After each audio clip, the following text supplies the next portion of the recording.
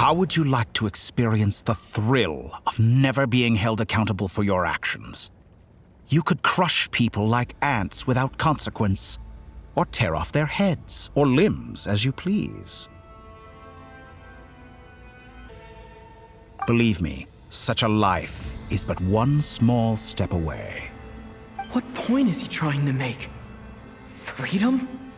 But the freedom to kill? To do evil and get away with it?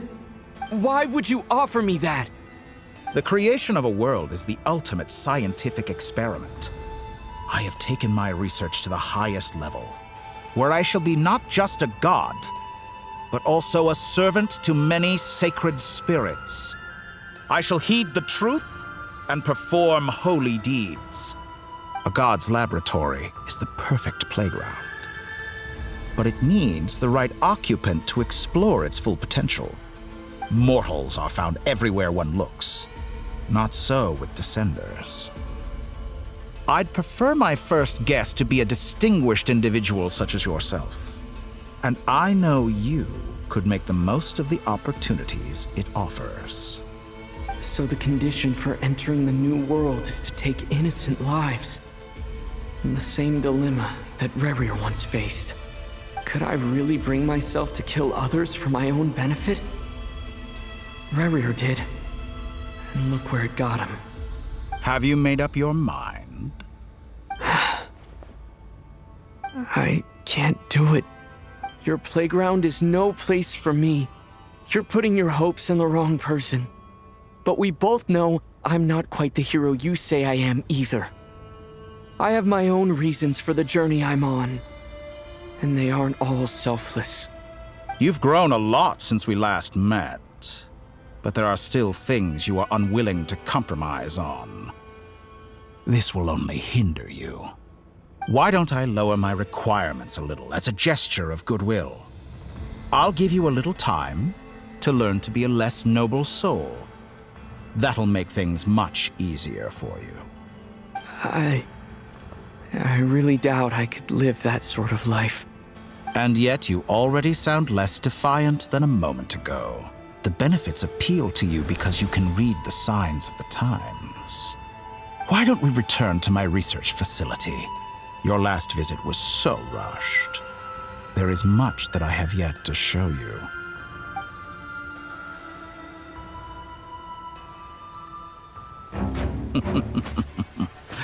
Now to that question, Heroes don't attack from behind.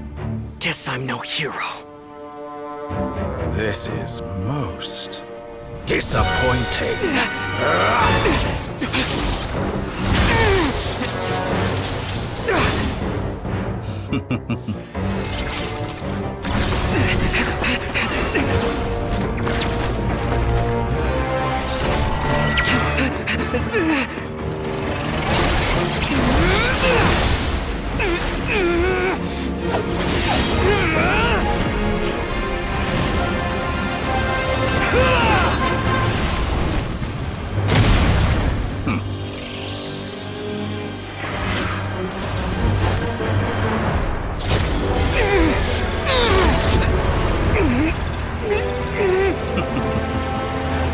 Now then.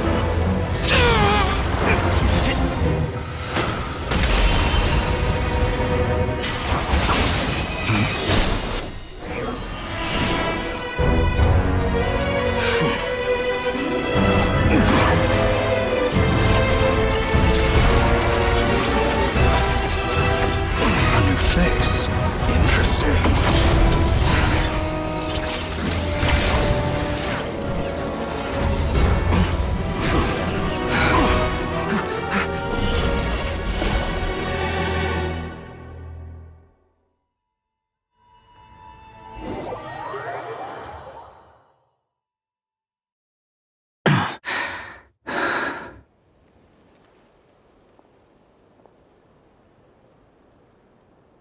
You're still gonna call me Hack Guy after that, huh? I didn't see anyone else in there who needed saving.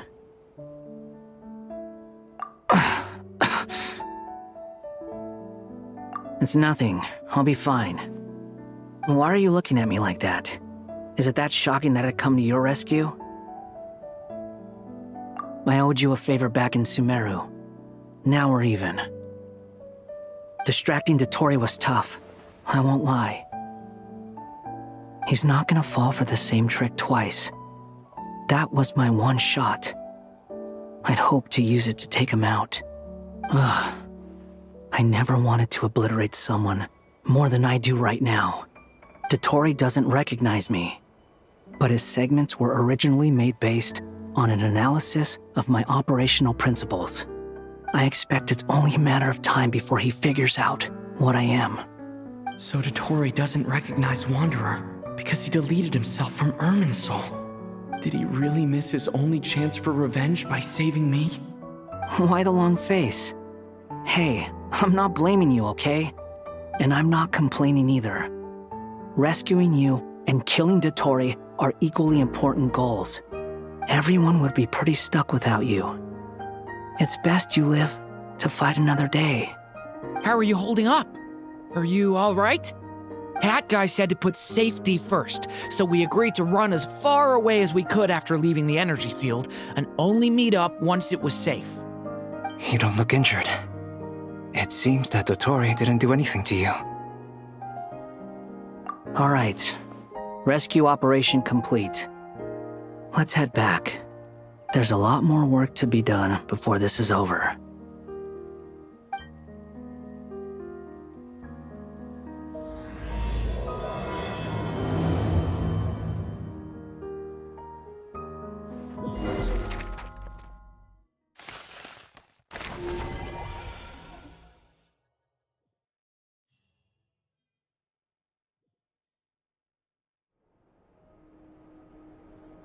Understood. I will bear the Tsaritsa's decree in mind. I don't see what's so awesome about it, though. Does he really think everyone else is as immature as him? I'm not stooping to Tartaglia's level. I thought you might say that. How's your progress? Quite promising, actually. That alchemist Albedo gave me a few ideas. Remember how I asked you to look up some files for me? That stuff on the Nazi-Kreuz Institute. René de Petrichor and Jakob Ingold. Alain Guillotin despised René's theories and methods, but he never managed to come up with better alternatives either. So I adopted some of René's ideas. I thought Alain was like a father to you. He and René were mortal enemies, were they not? And what would you say if Lenny and his friends one day learned something useful from someone you utterly detested? I would applaud them for it. That would mean that they have surpassed me. For all we know, Alain Guillotin might have thought the same thing. Not that it matters, though.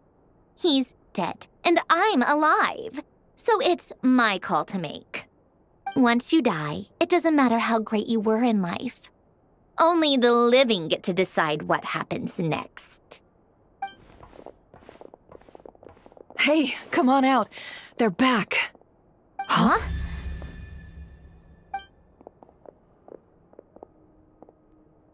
You're back? And your head's still screwed on? And you still have all your limbs? What does it look like? Way to keep your composure, madam. Excuse you. I am perfectly composed. Glad you're okay. Yes, it's a huge relief. Worry? Oh, yeah, right. You think we, the Fatui, were worried about you? We were worried sick. Hey! The Traveler and I were already friends. You are free to join this mission in whatever capacity you please, much like your tea parties. It's a laugh a minute with you guys. I must say, I was quite surprised when Mr. Albedo told me he would need no additional aid. We discussed this on our way back as well. I am rarely so unequivocal, but in this case, we had full confidence in Hat Guy. He said he knew what he was doing. Albedo and I pretty much had to just wait outside on standby. Meanwhile, Hat Guy broke into the energy field and rescued the Traveler solo. You didn't have to mention that. Well, I'm thoroughly impressed. You are a force to be reckoned with, Hat Guy. Is he back? Is he really back? Traveler! It's really you!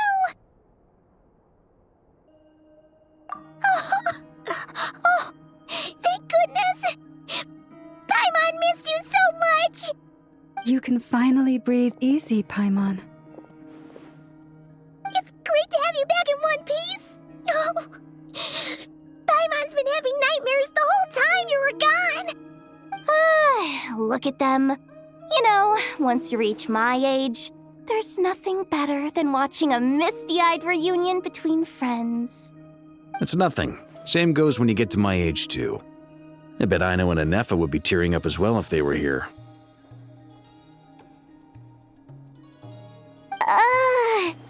Varka, I'm not sure Anefa can cry. Oh, yeah, good point. Hey, your eyes are looking a little red and puffy. Come here, let's hug it out. What? Ew, no! No, thank you. You're not my dad, okay? Knock it off! Everyone, I'm sorry for all the trouble I caused you. But the silver lining is, I didn't come away from this ordeal empty-handed. While I was being held captive, I learned a lot about Dottore's current capabilities, and what he plans to do with them. Allow me to explain.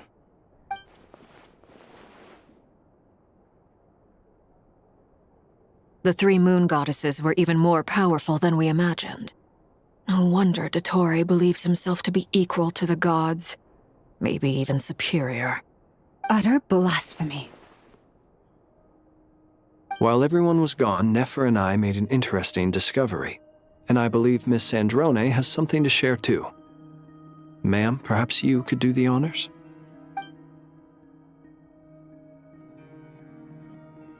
Called it. Getting rid of a pesky troublemaker like her is like trying to clean up after a crumbly cake. It always comes back to haunt you. Our next step is to find a way to bring her back. A place where time flows backwards, with no destination in sight. Surely it must have been created for a specific purpose. But I fear the answers are buried deep in Tevat's history, held by great powers beyond our reach. It sounds like she's on a specific path through time, just traveling in the opposite direction to us. The question is, where does that path lead? Or will it keep going to infinity? We considered that question as well. Strictly speaking, time is not infinite. Indeed not. Every road has an end. Nicole! You sure loved quietly sneaking in mid-conversation. I do, in fact. It's something I've always done at our mages' tea parties. Quiet, mysterious, and persuasive. You wonder what lies at the end of her road. Well, just as the world has a beginning and an end, so too does time. And so, the end of the road is the moment that Tevat was born. But where Miss Columbina will end up along this road, that depends on where this particular river of reverse time began. What about the original moons and the moon goddesses? Do they have a beginning too? All things do. In the beginning, no moons adorned the sky. It was the Dragon King Nibelung who raised the three moons into the heavens, and thus were the moon goddesses born. They were shadows of the planet, born to wield Nibelung's authority and oversee the world on his behalf. They were extensions of his will, manifestations of his majesty. But then one day, they disappeared just as suddenly as they had once been brought into being. Nobody knew where they had gone.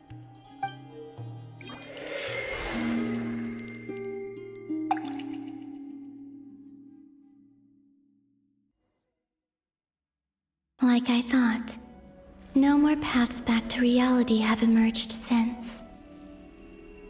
But how can I be sure that I'm going the right way without scenes from reality to keep me on track? I can't even be sure of how long I've been walking for. The further I travel, the less stable this space becomes. There are even moments where I can sense something that feels like abyssal energy. They can just materialize out of thin air. I have to keep my wits about me.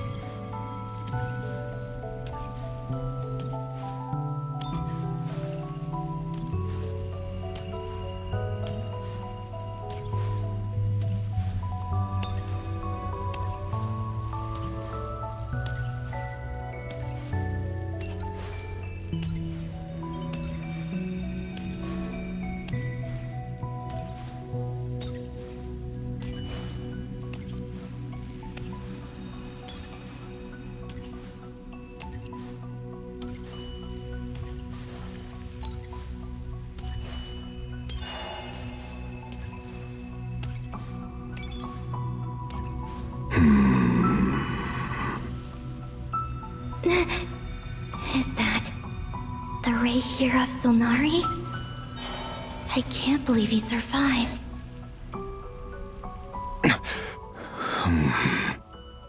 You are the moon goddess. But how? Please, there's no need. I'm not interested in fighting anymore. I find that a little difficult to believe. Yeah. Honestly, so do I. The way you used my own power against me was... It was a brilliant strategy. And then, in the final moment before I was thrown into this space, I got to see an old friend. Mr. Dainsleif. Right. It was so long ago now. But we were friends once. When I first got here, I was filled with hatred, remorse, and rage. How I cursed and devoured. I tore everything here apart. I was consumed by the desire to leave this place and have my vengeance. But to no avail. This is a place with no exit. This is the second time I've entered this space. Though I have no memory of the first. I was torn to shreds the moment I entered. But this time I survived. It must be partly because of this new body. And partly because of all the Kuvaki I absorbed in Nod Krai. Are you the source of the abyssal power in here? Not all of it. Some is from when I first arrived here and tried to destroy everything. But there was already a degree of abyssal power here before I entered.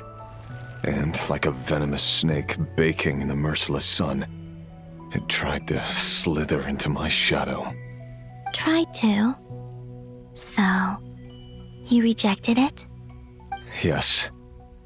Because after that, the world suddenly became silent for a moment. What do you mean? The voices in my head, they were gone. And then I saw her. Her? The Lindis. My former lover. Never mentioned that she saw a memory of the Lindis leaping into the moon's reflection.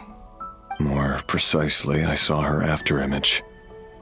I'm sure the real her is long gone. She was just an ordinary Conrian.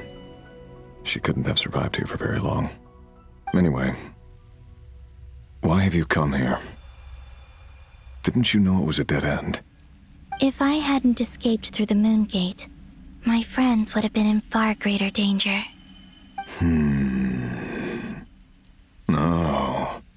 I see. Because of your power. The power of a moon goddess. What? You'd like to know how I know, wouldn't you? The one who resurrected me said so. I could hear a deep lust for power in his voice. Do you mean... Dottore? Dottore. So that's what he's called.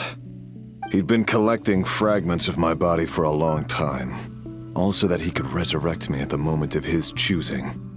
I had no interest in his research. But being as corroded by the abyss as I was, we were aligned as far as hunting the moons and recovering my strength were concerned. So that's why the Wild Hunt suddenly became so active in Nod Krai. When I left the Fatui in my weakened state, Dottore must have felt that his time had come. Moon Goddess, could I ask a favor of you? What? I know this is a lot to ask, especially from someone who tried to kill you.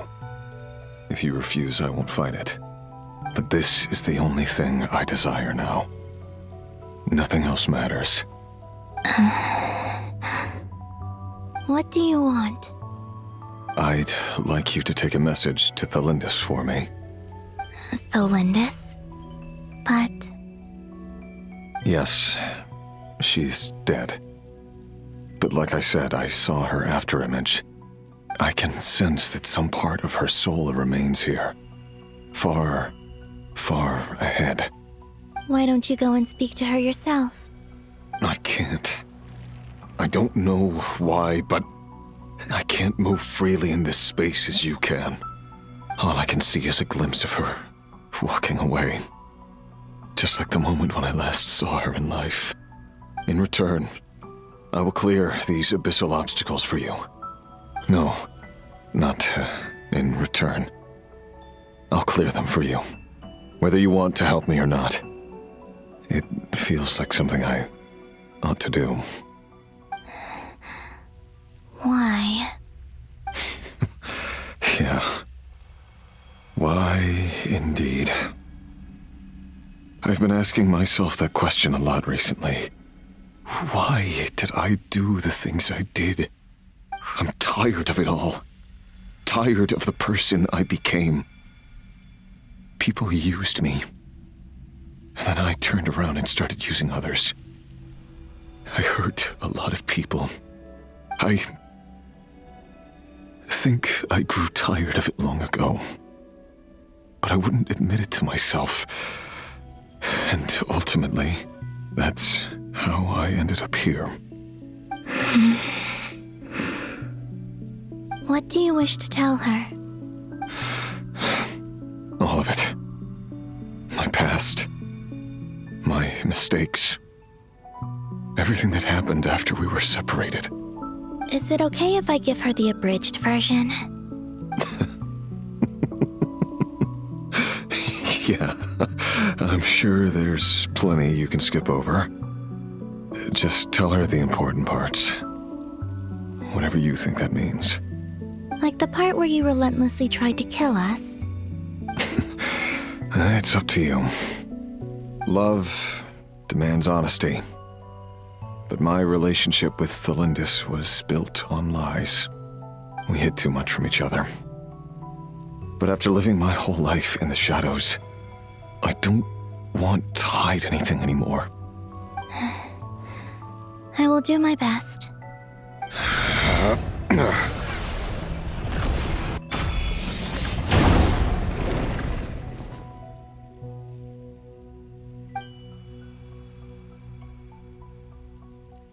There. The abyss will no longer stand in your way. Even though Mr. Dainsliff felt he had to fight you, I think he still regarded you as a friend.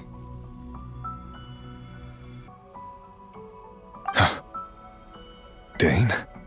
He said that you betrayed him, but he also felt great remorse at never having understood what you were truly going through. Why tell me this? Because If he'd known that someone could take a message to you, I believe that's what he would have said. Thank you. It means a lot. I know this will sound strange coming from me, but don't die, Moon Goddess. I can tell that you're determined to get out of here.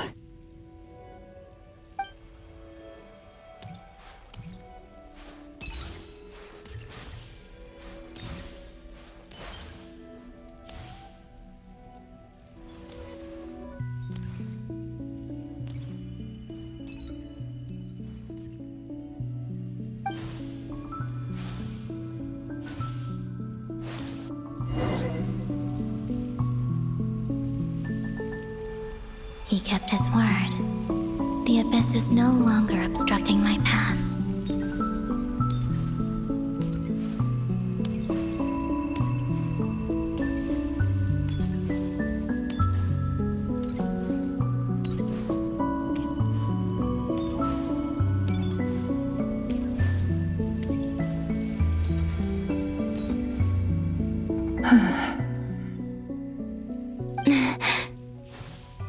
Is that the Lindis? She wasn't far off at all. And yet, they can never meet. Hello, Miss the Lindis. Who are you? How do you know my name? I've never seen anyone else here before. You can call me Columbina. I promised Rerir that I'd bring a message to you. Rerir? My Rerir? Is he well? He's doing better than he was. Better than he was, huh? Sounds like he's had a pretty rough time. Others have had a rough time on his account too. In many cases, their time ran out because of him. And I'm not just talking about the children of the Crimson Moon. So, things got worse before they got better. Could you tell me what happened, Miss Columbina? Are you sure you wish to know? Yes. This is my opportunity to learn the truth. No matter how hard it is to hear, I have to know. I admire your courage. However, time is short. I cannot stay here for long.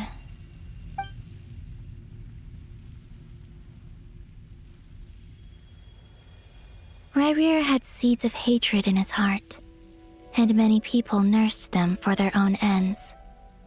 On some level, everything he did was to try and find a way to see you again. But in the end, he came to regret his mistakes. He wanted to apologize for hiding his past from you. Beyond that, he did not say specifically what it was he wished to convey to you, but I'm sure that you've always been on his mind. You are what has kept him going over all these years.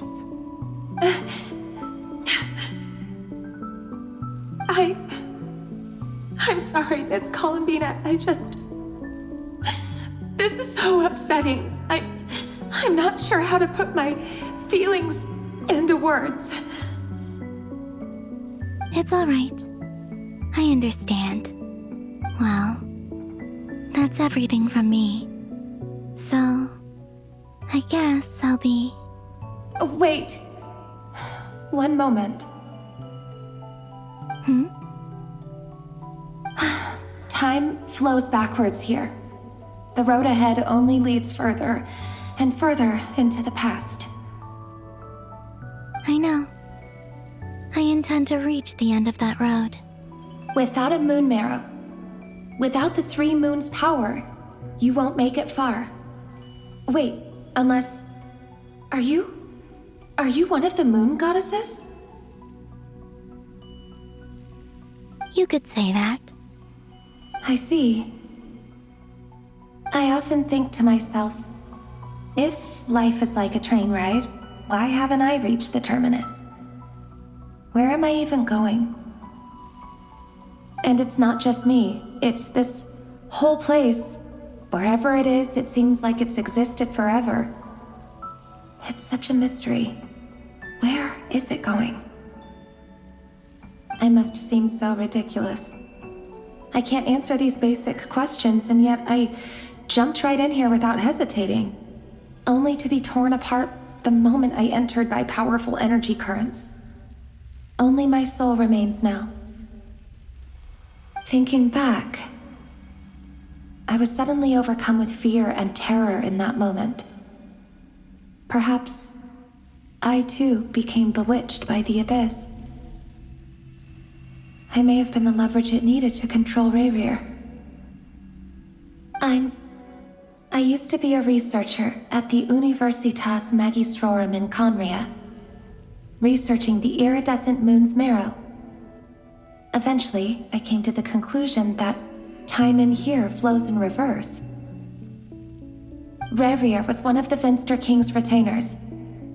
With me, he was in an impossible position. It plagued him constantly. I wanted to help him escape his lot in life. I wanted him to be happy, so I thought I'd use this place to return to the past. At the time, I thought I could just go back to the day that the Vinster King first found the princess. It was only after meeting the princess that the Vinster King started going too far with his research into the abyss. That was the day all of our woes began. I thought I could stop the king from ever meeting her and solve everything. I couldn't kill the Vinster King himself, so I had to find another way to save Rayrir. That's why I wanted to go back, to kill the person who had brought new possibilities to our realm. I'm sure it was a futile endeavor, but the abyss probably enhances the basest human desires. So I naively hoped I could change everything. But I was simply too weak, like a speck of dust against the whole universe. Look at me. I didn't even survive the journey here. Not physically, at least. I know I'm never getting out of here, but you're different. You can make it, and I want to help you. I owe you that much. How do you plan to help me? Have you noticed the golden energy that exists here? Based on my past research and my observations since coming here, I believe they carry you forward faster. I can share what I've learned and help you understand the pattern in which this energy appears.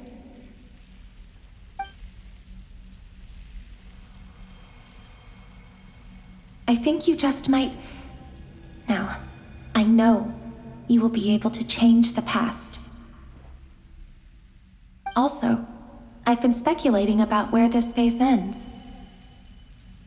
The documentation was scanned, but from what I know of the legends about the moons, the oldest ones seem to begin with Nibelung, king of dragonkind. I have no way of verifying any of it by this point, but if it's true, you might be able to reach that era if you keep walking. Understood. Thank you, Miss Thelindis. I'm the one who should be thanking you. If you hadn't entered this realm of everlasting death, what use would my deductions be? Thanks to you, they have some meaning. About Rayrir, I'm so sorry. For everything. It wasn't your fault. That's not true. Because we both feared bringing trouble upon each other, neither of us ever told the truth. And that dishonesty sealed our fates. But enough about that. I wish you a safe journey, Miss Columbina.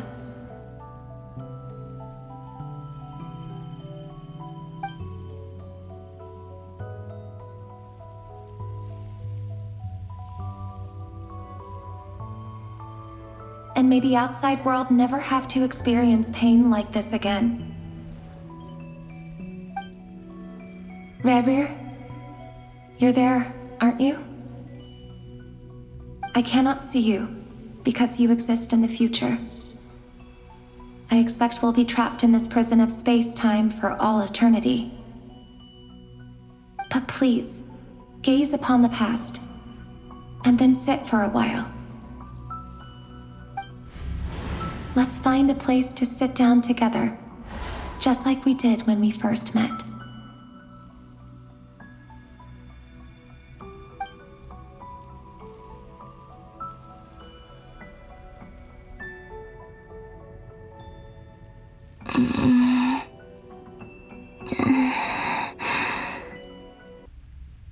How long have I been walking? How much further till I reach the end? Is there even an end to be found?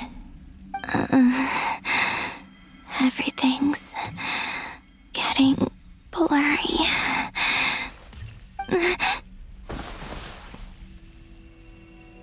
Huh? Are you all right, little sister? Have you come from the distant future?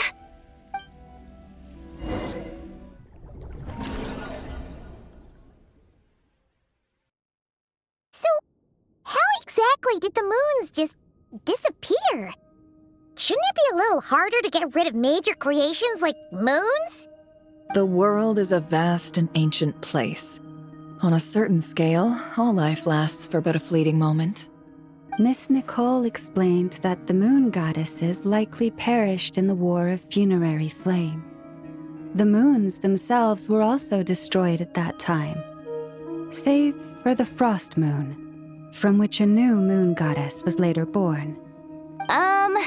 Am I missing something then? 'Cause the stories say that the moon goddesses were born on the moon, but doesn't Columbina say she was born in Nod Krai? Huh, you're right! Why do their birthplaces differ? What's the difference between the two generations of moon goddesses? Also, remember what Sandrone said? Her scans detected 4 moons. In other words, 4 moon marrows. Technically, the result of the scan means that 4 moon marrows were detected and positively identified as moons in that moment. In other words, this piece of information alone isn't enough for us to know how Miss Columbina is doing right now. Yep, we have no way of staying up to date on whether she's dead or alive. She's on her own for now. But at least she's trying her best to get back to us. Yeah. She's a tough cookie. And a sore loser, too. We have to trust that she'll find a way. Because we really need her power. As much as it pains me to say it, we've got no chance of beating Dottore in a straight-up fight. He's much too powerful. It wouldn't even be close. That maniac is going to devour everything in his path until he reaches us. We need to find someone or something that can stop him before he does anything worse. I'll be frank. Our only hope of defeating this false god is with a real moon goddess on our side. I'm not just saying this because Columbina's a friend and I want her back safe and sound. It's just the truth. And I know that even she was no match for him when he attacked, but I don't have a better solution. We're not giving up on saving her, whether she can defeat Dottore or not. Right. Don't worry, Miss Sandrone. We're all aligned on saving Columbina. No one's trying to argue that we can only justify saving our friend because it will help save the world. This is about multitasking. We want to save both. So, she's more than just a moon goddess to you guys? Absolutely. Duh! She's part of the gang! And you are too, you know. Yes, I know. You don't need to labor the point. I knew that the moment I came running over with my documents that I was part of the in-group. I mean, if Arlecchino can fit in, I certainly can. Anyway, as for how we get Columbina back, I've been working on it constantly. But I think I'm still lacking certain information about the moon. I'd probably get there if I could continue my calculations, but the problem is, I've run out of computing power. Computing power? You mean you need more energy? No, the issue isn't energy, it's processing power. There's so much data to get through that the whole process has just ground to a halt. That's a tricky problem. René de Petrichor of the Nazissenkreuz Ordo once foretold the fate of the world. But I don't know how he did it. My guess is that he used the primordial sea's power. However, that won't work for me. His methodology was vastly different from my own. What's worse, they're incompatible. And to top it all off, we can't even leave Nod Krai. Ugh, this is so annoying. If I'd known we'd run into a bottleneck like this. Well, no, the design bureau's a bust as well. Curse that Dottore! Couldn't have made this harder for me if he tried. Oh, what do we do then? How about we grab a bite to eat and take a break? Maybe something will come to mind after you've cleared your head. You don't get it, do you? I'm trying to calculate the fate of an entire world here. And I need accurate results, not big prophecies. Where the heck am I gonna find the computing power for that? Ahem. Anyway, time to shelve the discussion on technical difficulties. Being a killjoy isn't very ladylike, after all. Either way, we've done what we can. Rest well, everyone. Remember to let us know if anything new comes up. Hat guy? Is he hinting that we should talk outside? Let's go somewhere a little more private.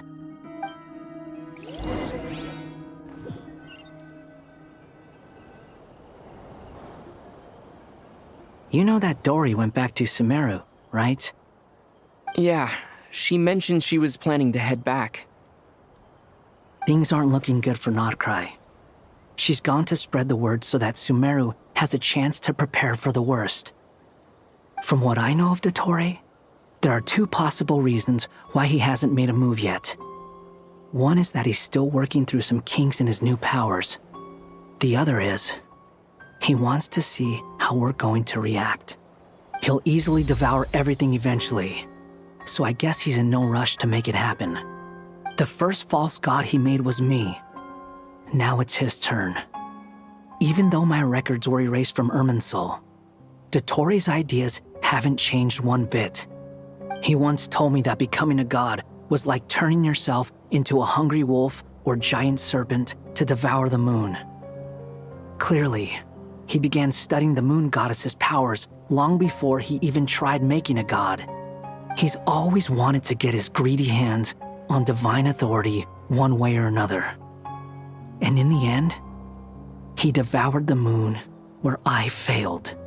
In the desert of Sumeru, there is a chessboard built by King Deshret, also known as Al-Ahmar. I don't know if it was a real game, or if he was just trying to challenge his servants and citizens in some way. But creating games and setting rules, gods do that as a matter of course.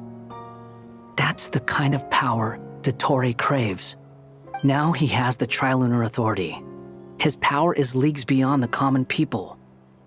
I don't think there's any point in other nations rushing to the front line. They're better off focusing on defense and hoping they can fend off any threats that spill out from Nod Krai. Either way, Dory will inform Lesser Lord Kusanali, and she will contact the other gods in turn. The Seven will have some recourse available. If nothing else, their protection should keep the rest of the world from descending into chaos as quickly as Nod Krai has. So on the bright side, even if Nod Krai is doomed, your friends in other nations won't be in any immediate peril. That's good to know. But I'm not ready to give up on Nod Krai yet. There's a word for people who refuse to let anything go. It's called being greedy.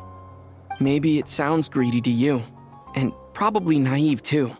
But whatever you call it, that's what gives me the determination to keep fighting. Battles are fleeting, but the will to fight is a long-term commitment. Give up for even a moment, and your resolve will shatter. Why do you always feel the need to do the right thing? No one is born to be a savior. I mean, who's gonna criticize you if you fail or give up? Don't take this the wrong way, but Dottore said something similar to me. I guess the Fatui attracts people who don't believe in saviors. Not necessarily. It's less about belief for me. I just want to know how determined you really are. After all, I don't owe anything to anyone else here. Only you. You look kinda worried. If your arch-nemesis was about to achieve their ultimate goal, I think you might feel a little worried too. That's true. Dottore is about to become an omniscient, omnipotent deity. That's gotta be a bitter pill to swallow. Still, you're calmer than I expected. Obviously. I have to admit that my past self was a reckless fool who misunderstood not only the point of revenge, but how to achieve it. And as much as I want my vengeance, I know I'm not gonna get it by acting alone. If the world's taught me anything, it's to think before I act. Too bad it never taught me any other virtues, though. So, I am going to destroy Dottore, no matter what it takes. So, what's your plan? I'll get to that. First, tell me, what do you think of Sandrone? Just like Paimon said, she's a friend, part of the gang. How much do you trust her? This is a serious question. Think carefully before you answer. Although she's with the Fatui, she has her own values, and she's helped us a lot. If nothing else, she's clearly going the extra mile for Columbina. I see no reason not to trust her. If you say so. In that case, the three of us need to talk. I have some thoughts about her computing problem. It can be solved, but it will come with a cost. How much? If I can afford it, I'll cover it. Sometimes your heroism really backs me into a corner. You know that? Come on, let's go talk to her.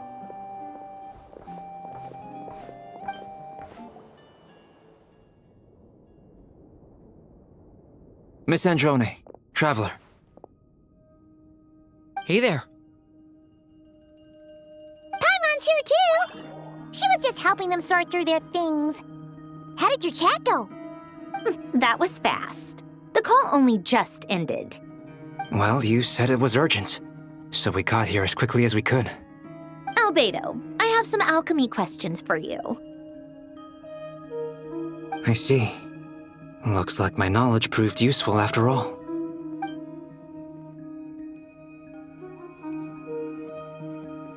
If I might ask, what is the end goal for the modified formula you'll be using? I needed to predict the future of the entire world. But I've run into some teething issues since trying to implement Renee's theory of the 4 Orthants. I see. I'll have a look at it. Still, computing power is the real issue here. How do you plan to solve it? About that, it's been sorted. Oh, with the Traveler's help? Actually, you're not wrong. He found the person with the solution. Was it Hat Guy? Yeah, it was him. Wow! Go Hat Guy! Seems like all that time studying at the academia is paying off big time. But where is he? Wasn't he the one who asked Albedo and I to come here? Come with me.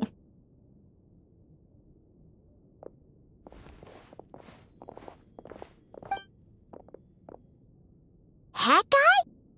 What's happened to him? Hat Guy! Can you hear us? No response. I guess he's in hibernation.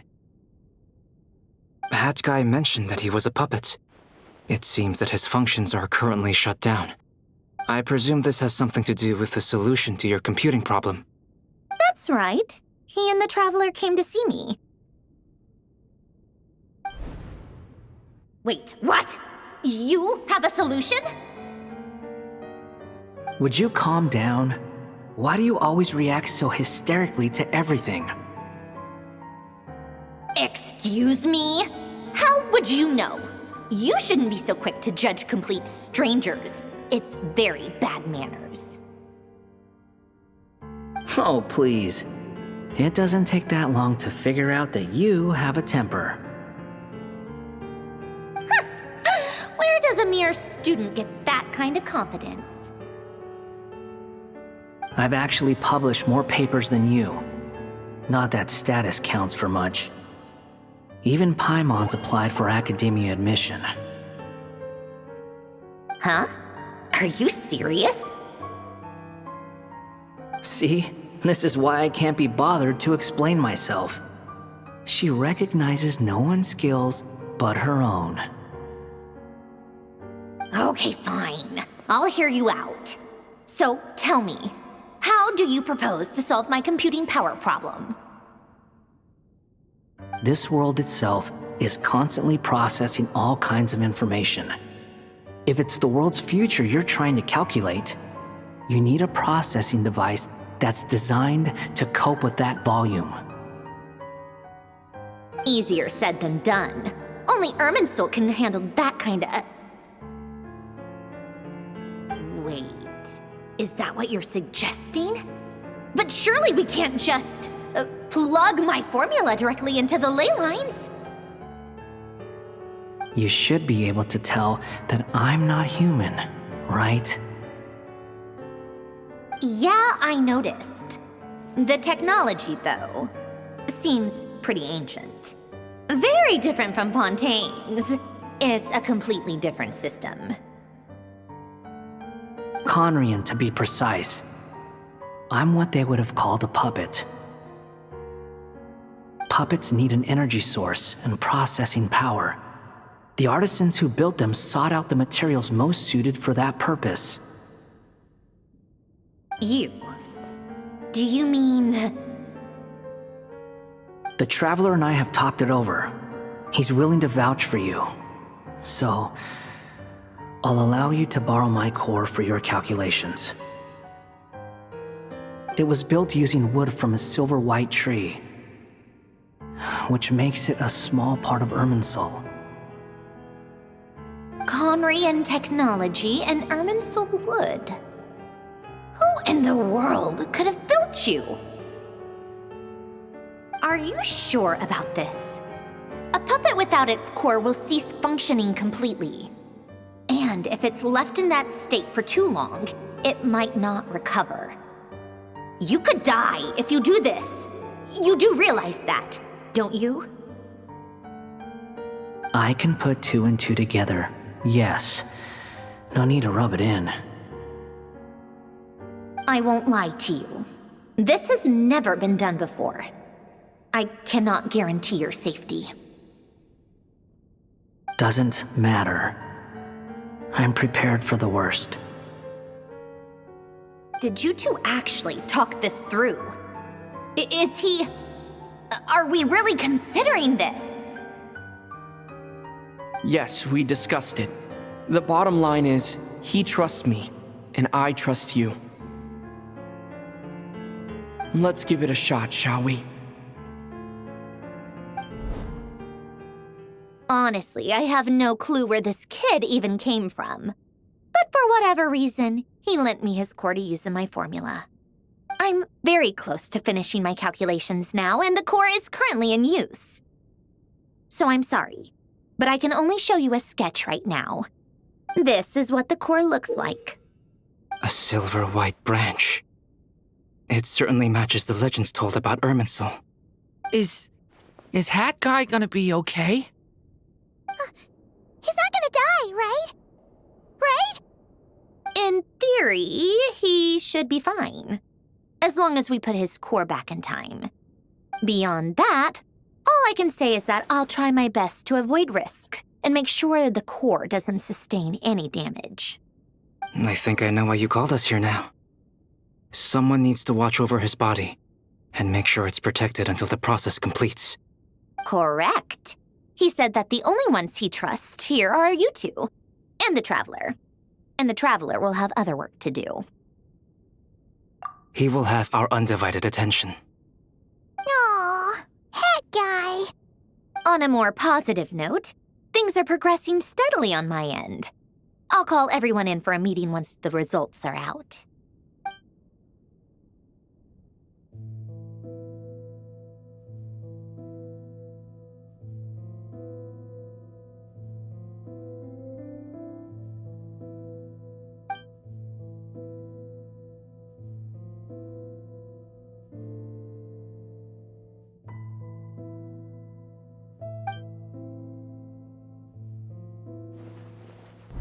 The worst case scenario with the core removal is either a system reset or a total loss of function. But I'm not afraid. A quiet death should have been my fate long ago. A core is completely different from a heart. It's like another vital organ entirely. I never believed it could be a true replacement for what I sought. But in the end, it turns out the core was more useful to me. Pretty funny when you think about it. It's like the punchline of my entire life. Do you think there's any difference between a puppet and a human? If not, then this would just be another samsara. I have already experienced both a past life and a next life. Part of me wonders whether I'm only capable of making this decision because I've become a real human. What's with that expression? Isn't this a good thing? Sandrone will succeed, won't she? She has to. She will. We all have to persevere until this is over. That's right.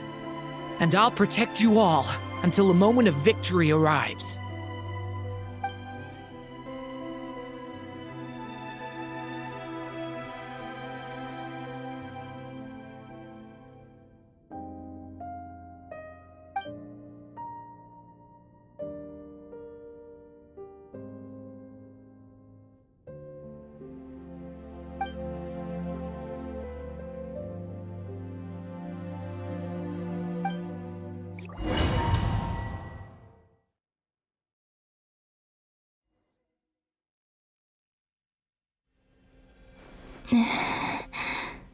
Who are you?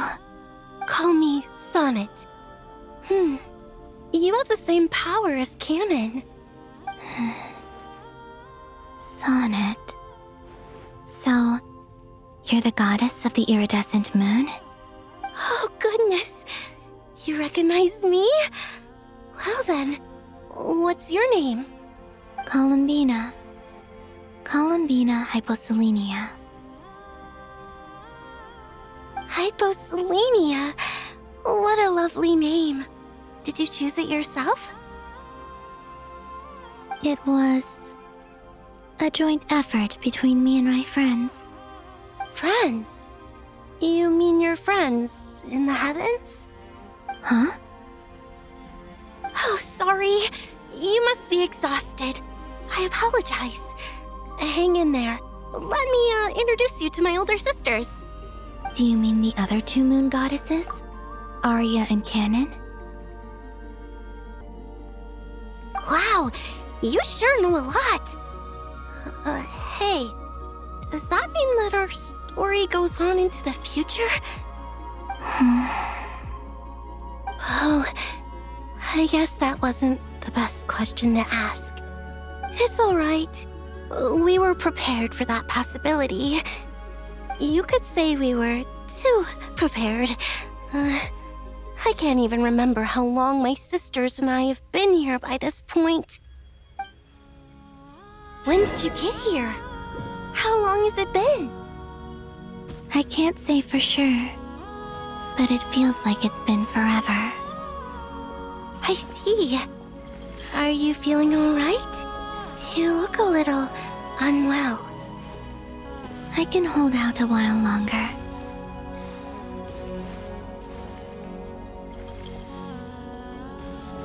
We don't have far to go.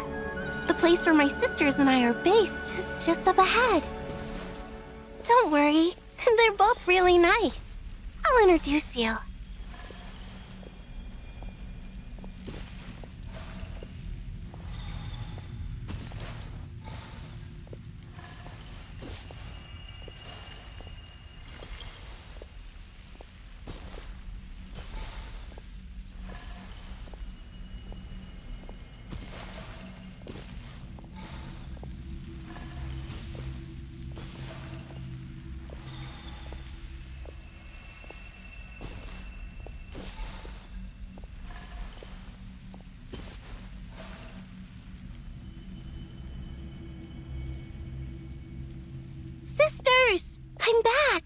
And look who I brought with me.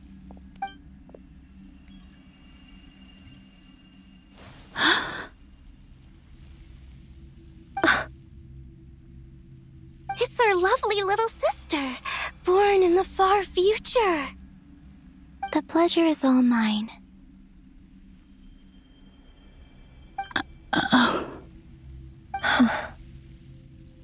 Allow me to introduce you to Columbina Hyposelenia.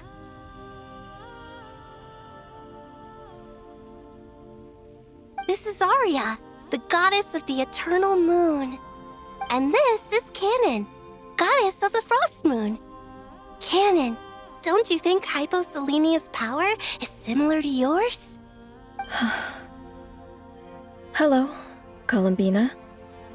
I apologize for our startled reaction just now. And please, forgive our little sister if she's been annoying you. She tends to talk a lot. It's fine. You seem shy. Don't worry, Columbina Hyposelenia. No one can hurt you here. Could you tell me where here is? Please. I must know.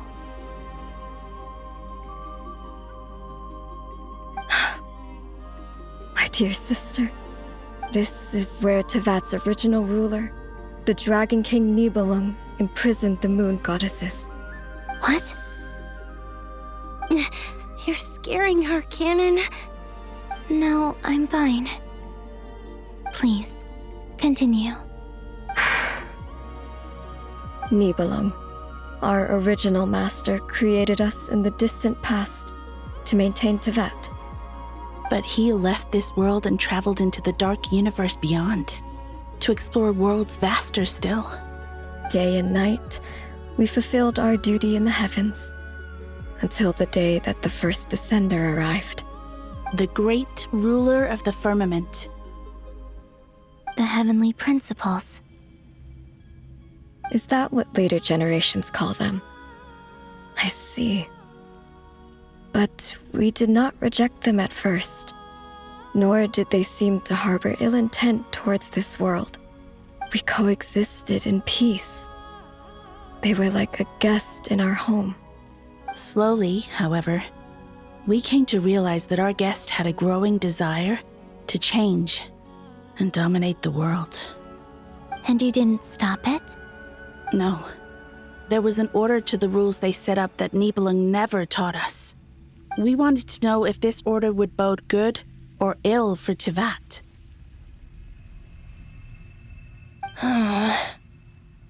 All right. Canon and I wanted to know. Sonnet was against it from the outset. Later, we discovered that this great ruler of the firmament bore an almost paranoid hostility toward the desire of certain life forms to seek power.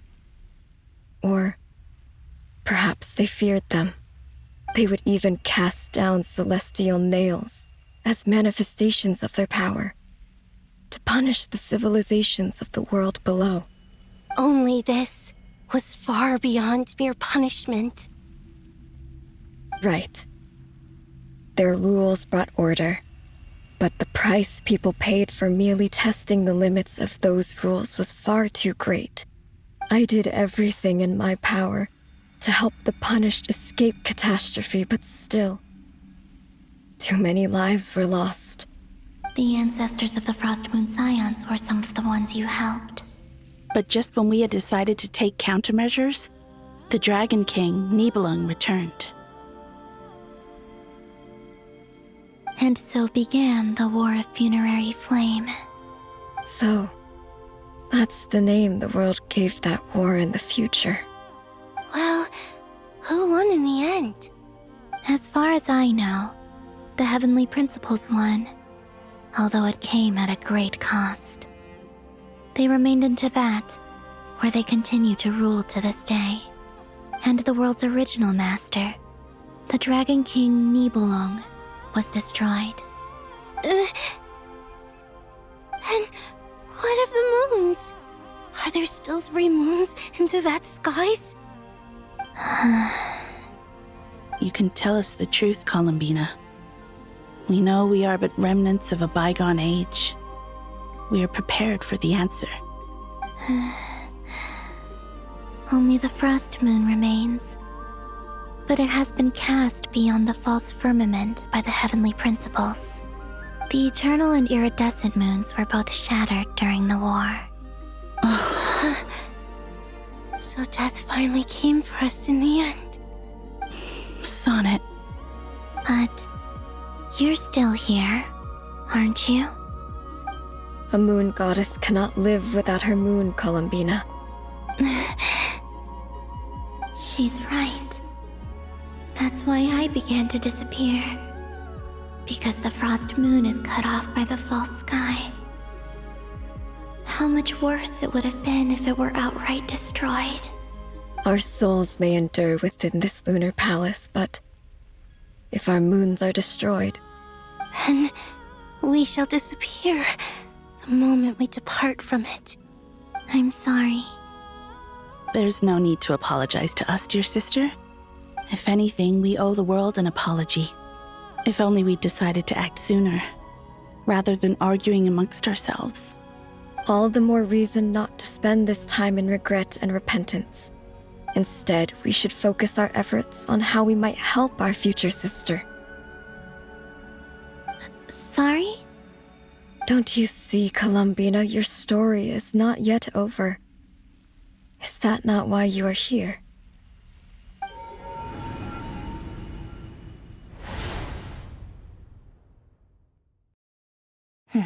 It's done. Initiate numerological array. Continue running primary process. Calculate the world's fate through extrapolation. And identify nodes of potential change. Secondary process, scan for moons.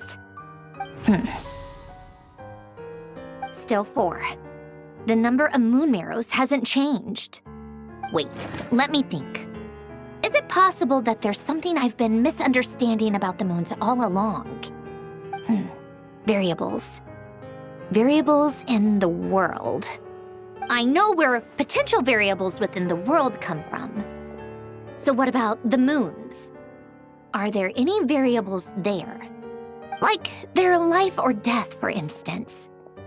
What if being alive or dead makes no difference to a moon? But that's so strange. Even immortal gods can die. Why would the moons alone be? Wait! I've got it! If alive or dead is considered a variable, we might have had this wrong the whole time. No one ever said that a moon marrow equals a living moon. We just made that assumption ourselves. Initiate secondary process. Scan again. This time filtering out interfering perimeter, moon marrow. I don't care if they're natural or artificial. Get them out of my search results! Why? It says 3 moons still exist in Teyvat, even after excluding the moon marrows. But we know for a fact that 2 of them are dead. Redo the scan. Narrow the results to living moons and real moons. No, scrap that. Narrow it down to moons that have lunar authority and remain alive. Why? Why is it still 3? What is this, Columbina? Has the world lied to us? Or are you the one pulling the wool over our eyes?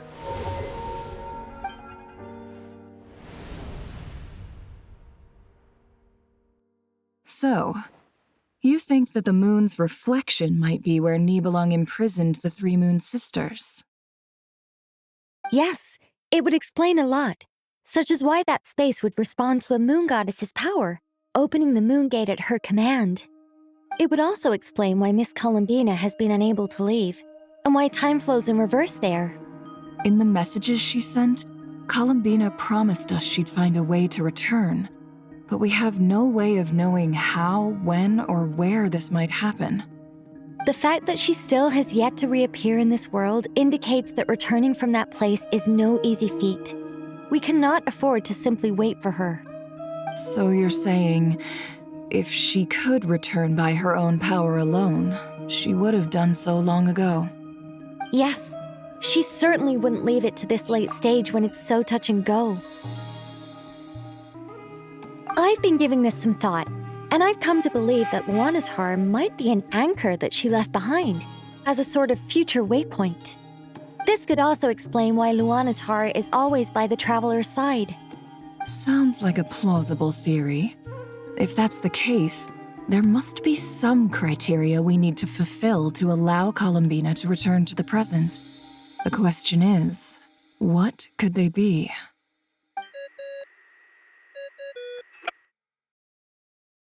Hello? Listen up! This is extremely important!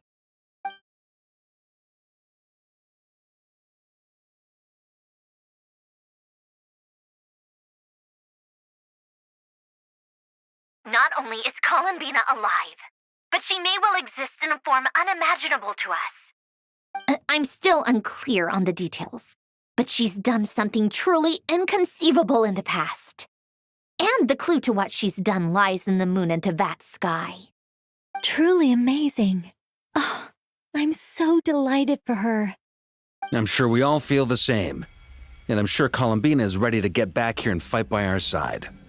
I'll keep my calculations going and try to find some way of coordinating with her. But that's not an excuse for everyone else to slack off, okay? All of you had better keep trying to think of solutions. How can the dead moon still live? And Luanatar?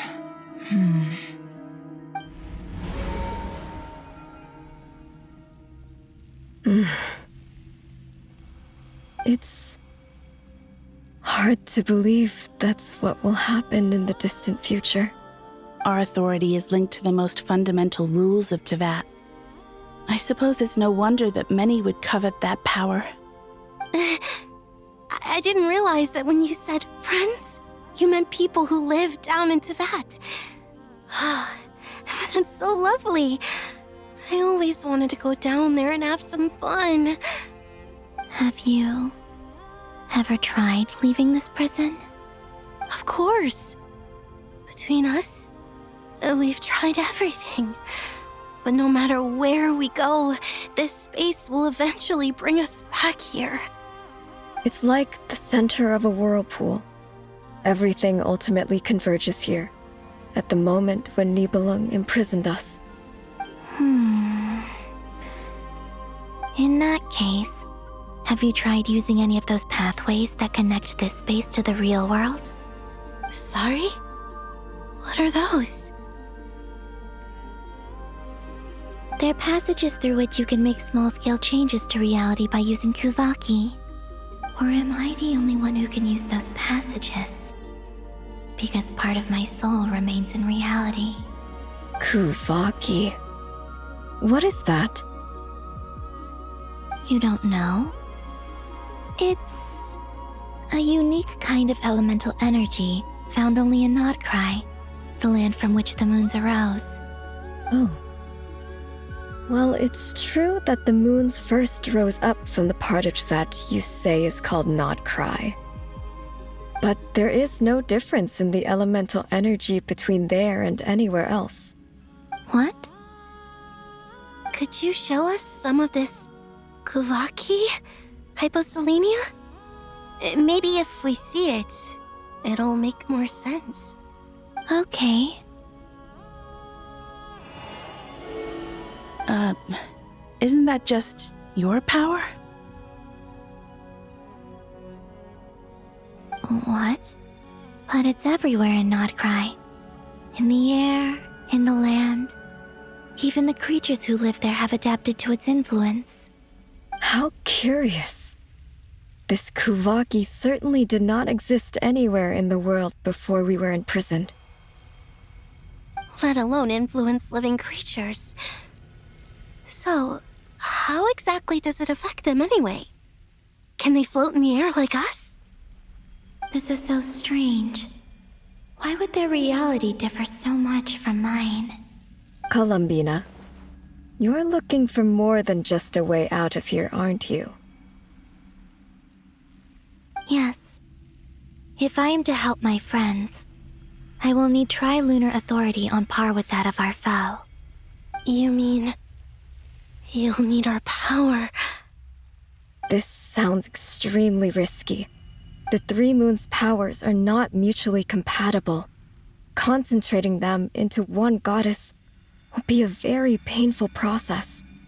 And if anything goes wrong, it could tear you to pieces. I know. But I'm willing to take that risk.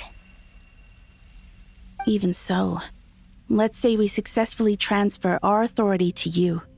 How will you take it outside this prison? Nibelung constructed this realm specifically to prevent us from using our powers to interfere in his war.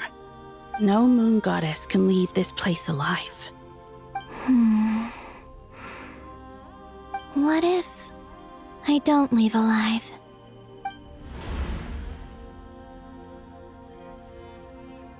Where do we even start?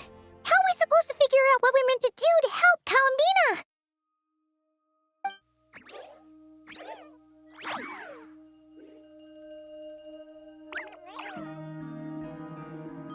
Columbina? What do you need from us?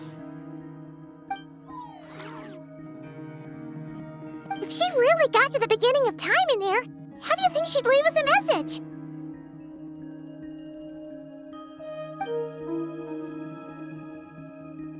You don't think she'd write it down on a stone tablet somewhere in the hopes that we'd find it, do you? Seems unlikely. Columbina may not talk a lot, but she thinks deeply about issues like this. Let's review what we know.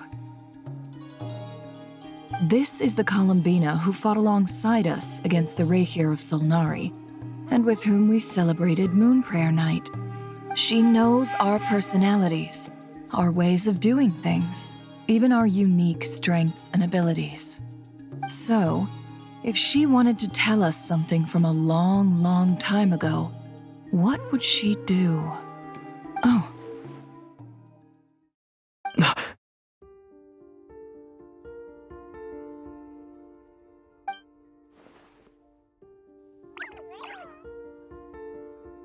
Traveler, you once said that those golden ripples also appeared when Luanatar was born. What if Columbina left Luanatar here, not just as an anchor to the real world, but for some other purpose? If she is part of Columbina, and Columbina knows that I can see past events through her. Oh yeah! Like when you peeked into Rerir's past through his heart! Nefer, wait! If you're right about this, and you can really see past events through Luanatar, your eyes, they'll... Oh, I know. Looking at Rerir's past in Conria was already enough of a strain on my eyes. Looking this far back into the past, it'll surely blind me. But it's our only chance. This is the only way. Boss. We spoke about this once, a long time ago. Do you remember what I said, Yehoda? The day I lose my sight, the Curatorium of Secrets will be yours to run. But... What's wrong? I'd be overjoyed if I were you. This day's come a lot earlier than either of us expected. I need to know you'll honor our agreement, Yehoda. Promise me. Yes, Boss Neff. I promise. Are you sure you don't want some time to think this through? What is there to think through? I should have gone blind after our battle with Rerir. Frankly, it's almost criminal that I got away with it for this long. Then at least let me take some precautions on your behalf. And if you really do lose your sight, I'll visit your office every day and make sure you're well looked after. Oh, please, anything but that. I was actually ready to go through with this. Are you trying to scare me into backing out? As if I could ever scare you. I'll assume you're just joking to calm your nerves. All right, enough chit-chat. Let's do this.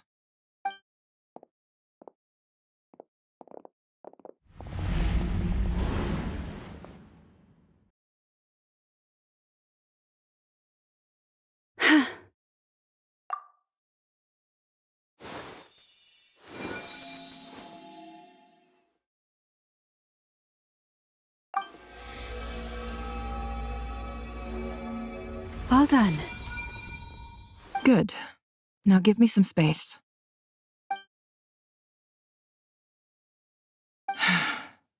Come on then, little one. Show me what happened in the past.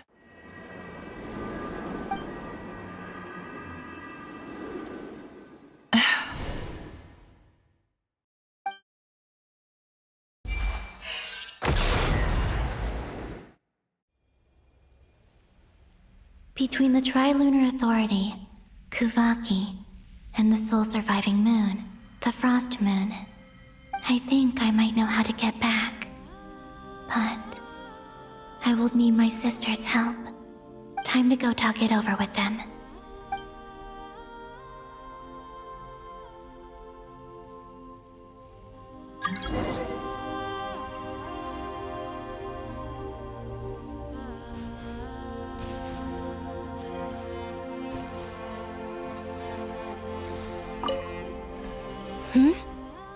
Have you decided what to do? I hope it's not too dangerous. You really scared me when you said that thing about not leaving here alive. Come on, let's go find the other two.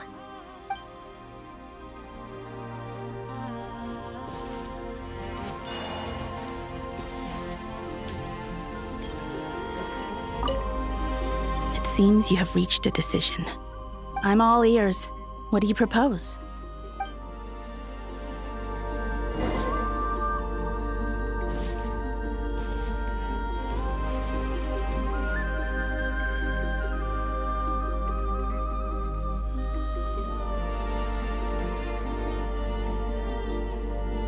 Have you figured it out, Columbina?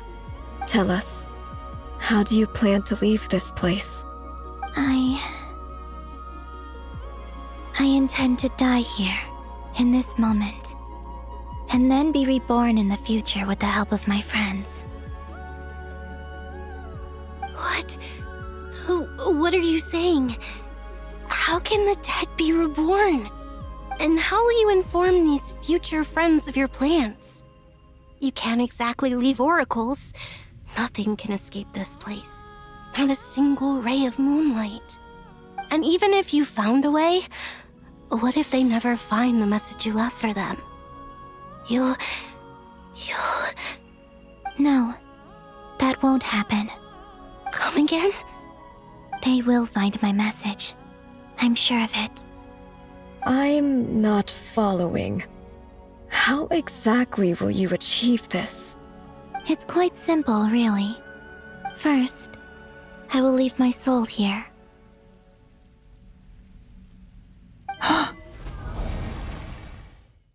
I see it. Your soul? You mean your divinity? Yes. I once left a portion of my soul in the future. One so small that this prison barely noticed anything. In this very moment, she can resonate with my soul across time. When the time comes, I believe that she can serve as an anchor to pull my soul from here back to the future reality. Just as gravity connects the world to the moon. Exactly. In the future, where I came from, the moon has been cast beyond the false sky, but I can still feel that it is there.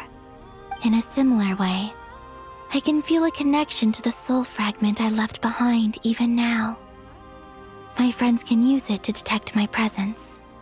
But how do you just leave your soul here? Is that even possible? On my way here, I met an ordinary mortal who entered this place long before I did. Her body is long gone, but her soul remains. And before that, I encountered an old enemy whose entire soul survives here intact, while the power that once corrupted his body has faded away. So, perhaps this space is specifically designed to imprison divinity and authority, but not the physical body. Still, even if your body can escape, would it not just be a lifeless husk without the soul inside?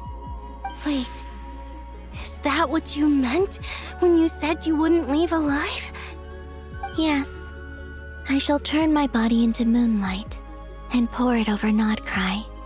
That power shall protect the land and quietly blend into it, awaiting my soul's return in the future.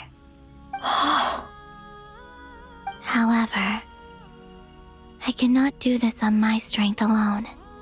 I would need your help to do this, so I'm humbly asking for your assistance. Oh, dear sister, you need not be so formal. As I said before, we are but remnants of a bygone age. You, on the other hand, were born alone in that distant future, and you have walked a long and lonesome road since then. How could I bear to let your story end here in this dungeon? Don't forget, we are your sisters, your family.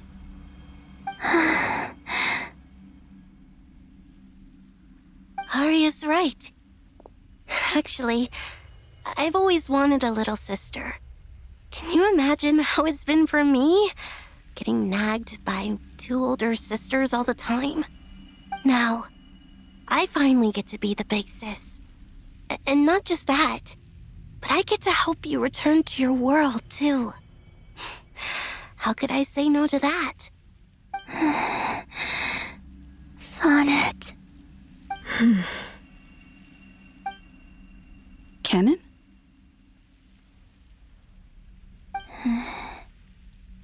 I'm sorry. I know this is a bold request. The Frost Moon is rightfully yours, and it remains intact. Oh, no, please, don't misunderstand me, Columbina. I was just thinking back on the years that the 3 of us once spent together. You cannot imagine how happy I am to hear of the future world you describe. The Frost Moon Scions, your lovely, kindly friends. For the 3 of us, whose purpose in life was to maintain the peace in Teyvat. It is a great relief to know that the people of this world live in such an abundant future. If your plan can save them and save Nod Krai, I will gladly give you all that I can. Besides, the 3 of us have been together since the day we were born. I could never abandon them to live on alone without them. Canon. Still, I do have one question I would like to ask you before we proceed. Certainly. What is it? Why do you cover your eyes?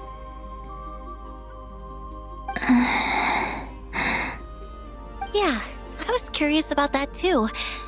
But it seemed personal, so I didn't want to intrude.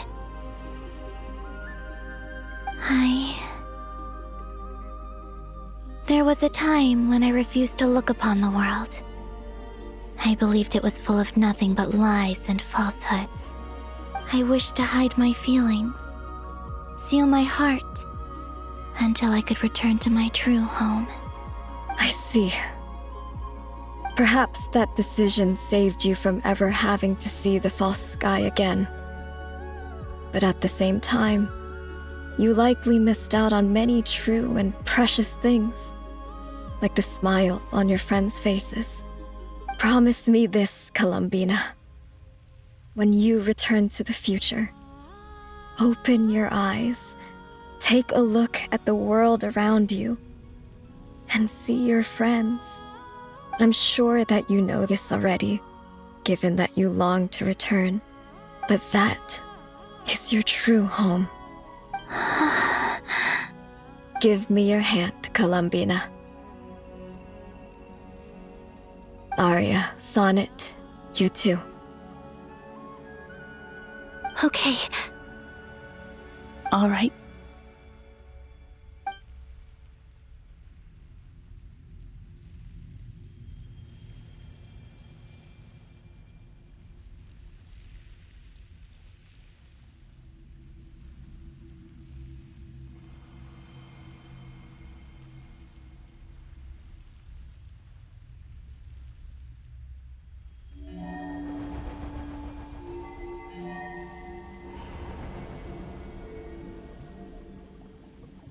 We once were the songs sung for eternity, But now it is you who must continue to sing.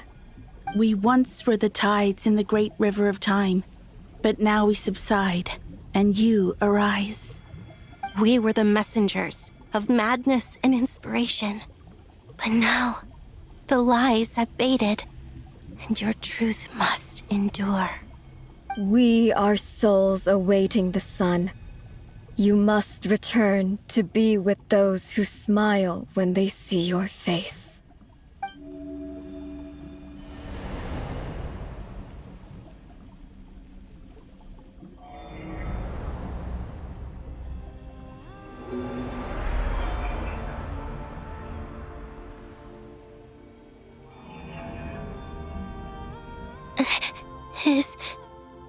Is it done? Yes. We have transferred the authority over all 3 moons to Columbina Hyposelenia. From this moment on, she is the Tri-Lune Goddess, the one and only moon goddess of this world.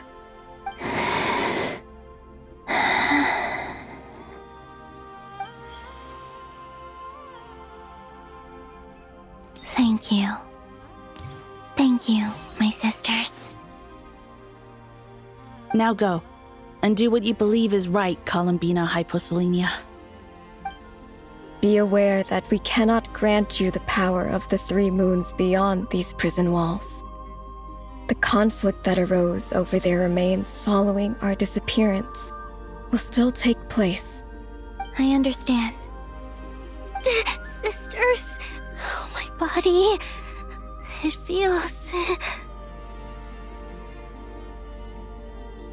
Now that we have given up our power and authority, our bodies are merely mortal shells. This prison is dissolving them as we speak. It's okay, Sonnet.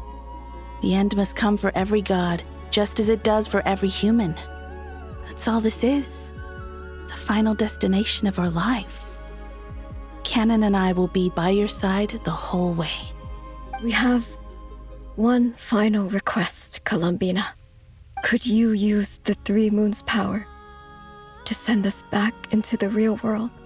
Now that we have lost our powers, I doubt this space will seek to hold us further. It's just... we would like to spend our final moments together in the only place we ever called home. Of course. Gladly.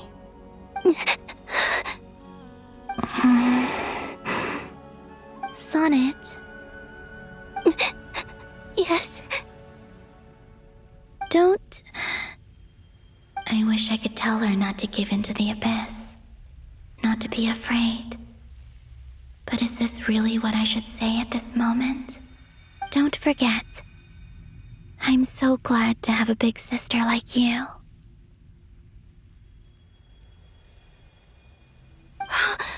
No, Hypo. Thank you. I'm okay. I'm not afraid. As long as my sisters are with me, I won't be afraid.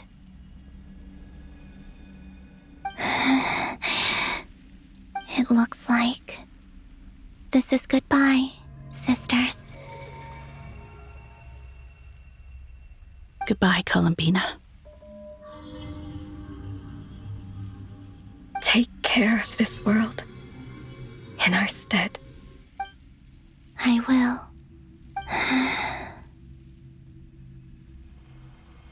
And now, it's time for me to bid farewell to my body, too. May it become the moonlight that keeps Nod Krai company through the long years ahead. So this is why Nod Krai was not always home to Kuvaki. It only appeared after I poured my body out upon this land, and only this land. Kuvaki responds to me because it is me, my body, answering the call of my soul. And the golden energy I've encountered on my way here was, in fact, that very soul, which I am about to leave here to guide me.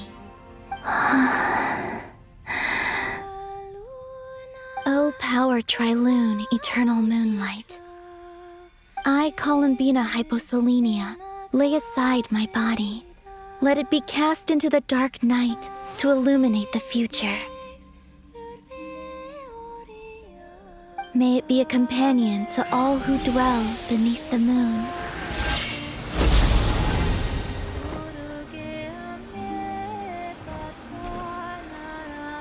Until the time comes for me to return home.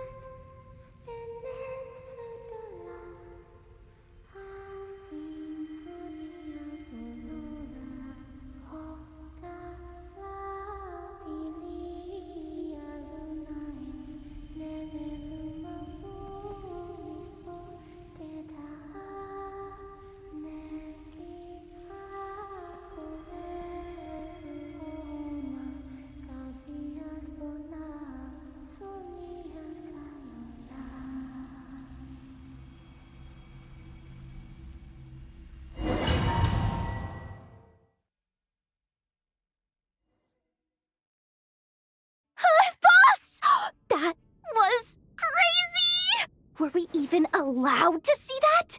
Is anyone? Oh, can you still see? How many fingers am I holding up? I see 2 fingers, and a look of sheer terror on your face. Truly astounding, Miss Nefer.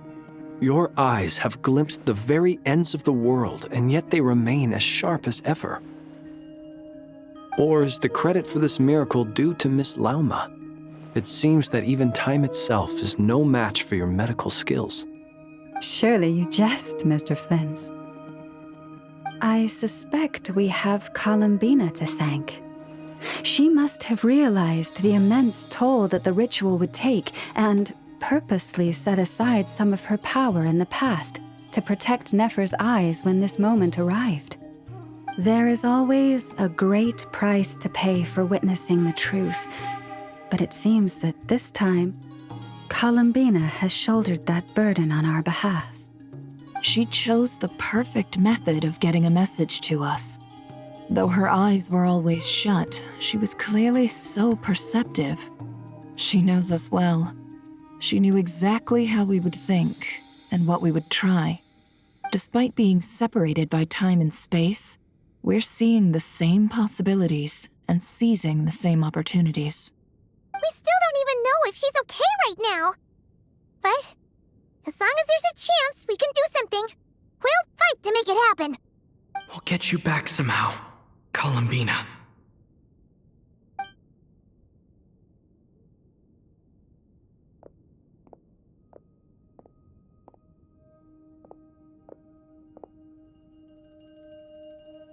Well, based on the information we now have, let's figure out our next moves. Thanks to these gentlemen, we have a much clearer picture of the situation with Dottore. The civilian population has been moved to safety, so we no longer need to hold back. Miss Androne, how are the calculations going? So far, so good. I'll keep seeing how far I can push the system, though. Can't have Hatman being powered down for nothing. There's still a long road ahead. Where should we begin?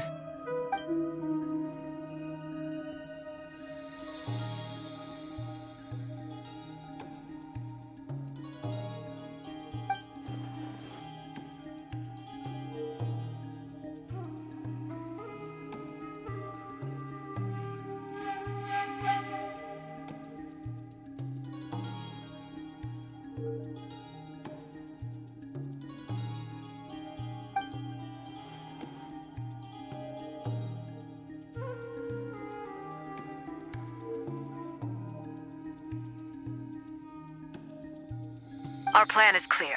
Time is short, so let's get moving. There's just never enough time, is there? Time is the bane of my existence. Ugh. Anyway, I'm gonna get back to work. All right, we'll do our part too. Yeah.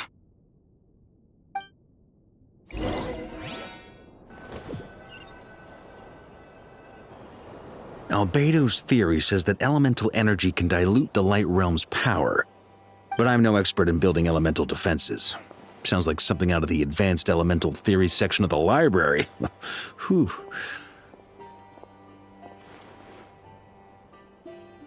You seem quite troubled. Well, yeah. I mean, who doesn't get a little flustered when they're completely out of their depth? You were the very picture of confidence back when you approached the Hexen Circle. I could have been faking it through that whole meeting for all you know. Who's to say I'm not just a ball of nerves in a charming and gregarious package? Oh gosh, really? I'm so sorry, I had no idea. Well, you're all the braver for it. Still, I was much more in my comfort zone than I am here. At least in Mondstadt, you can cry for help from a cliff top and actually stand a chance of summoning Barbados himself. Things have never looked bleaker than they do now. If we don't pull this off, Tevat's doomed, isn't it? Oh, you think so? Actually, yes. Yes, it probably is. It's a shame. Don't put too much pressure on yourself. Tevat has faced annihilation many times in the past, but it also gave us you, didn't it? Hey, don't give me that. It's not like I'm anyone special. I disagree. Every human born in this world is special. We angels have always believed that. In that case, this humble human being has a big favor to ask of you. I thought you might say that. I'm sure Alice, in her great wisdom, sent you here precisely to help us in this difficult time, yes? Well, that has less to do with her wisdom and more to do with my power. Of course, of course.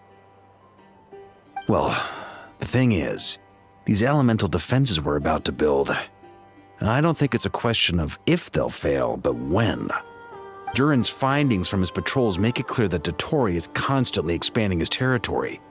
First it was his lab, then the design bureau, and now this. It's not realistic to completely stop him encroaching on the rest of Nod Krai. Rather, our goal should be to stall him for as long as possible. If Miss Sandroni's calculations are correct, well, they're the closest thing to certainty we have in this situation, so let's assume they are. Anyway, her calculations suggest that our best hope for victory lies in Miss Columbina's return. It's up to us to slow Dottore's advance and buy time for her to make a return. Are you asking me to help you with building the defenses? No.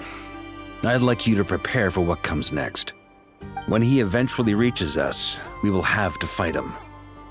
You were an angel once and a mage now. I'm asking you to lend us your protection. Oh. Can I take it that you're triggering the terms you fought for during our three-way talks? Well, technically those terms were about protecting Mondstadt. But if you're happy to agree to the change in location, then yes, let's do that. You're cashing in on this much sooner than I'd imagined. Well, yeah. The way things are going, I might not get another chance. Very well. The mages have heard the knight's plea, and we will respond. To tell the truth, Alice and I had already discussed how we might help you all, so I didn't come empty-handed. I always like to be prepared.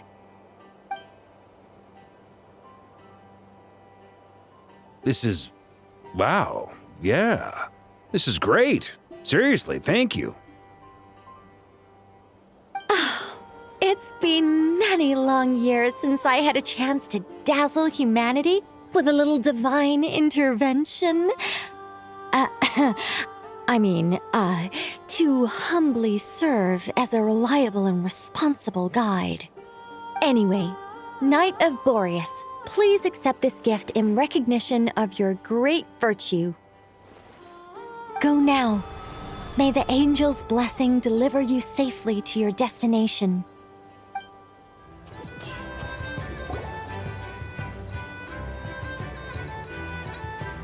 Ah, you're here. Sandrone! How are things going? Glad you asked. You two are about to become the first people to lay eyes upon my masterpiece. Or should that be the first person and the first, specter? Hey! Whatever. Come, feast your eyes on this. Wow! We've never seen something like this before! This meter displays the progress of my formula. Currently, it's still making the most important connections. Once it's finished running, I'll deliver it right to your side. And then, we can finally bring Columbina back. What do you mean, deliver it? Can't you just tell us over the Dodo communication device? It'll just be some numbers, right? Ugh, you're such a greenhorn. This isn't the kind of formula you solve in math class. It's a highly complex algorithm capable of constructing a framework of rules. Ugh, whatever. We'll be here all day if I start trying to explain it. All you need to know is the formula must be completed before we can bring Columbina back. I'll share the data with you. Nicole's agreed to let me use her information channel, so we just need to use the Dodo communication device like so. And there. Now you can check in on my progress. Wow! Look at that! You're amazing, Sandrone! About time you recognized my genius. Took you long enough. Anyway, that's all for me. You should check on the others if you have time. Make sure we don't have any weak links in the chain. That might sound harsh to you, but close supervision is a common practice in a Fatui. Not looking to catch anyone out. I just care about everything going smoothly. That's all. I'm kinda stuck here while the formula's running, so I need you to be my second pair of eyes in the meantime. Thankfully, Miss Nicole has come to our aid. Nasha Town is now looking very well defended. Golden Flame. Yes, that's Nicole's power, all right. Based on the latest message from Grandmaster Varka, it sounds like they've reached an agreement. The situation should be more stable with her assistance. Everyone will have at least some degree of protection. Albedo! Durin! Hello there, you two. Are you well rested? That's good to hear. As per the plan, Albedo and I will be in charge of Nasha Town. As Dottore's energy field expands, it's creeping ever closer in that direction. But we will do our best to hold our position. We fought side by side many times before, and always with great success. I believe this time will be no different. So don't worry about us. Focus on fighting Dottore.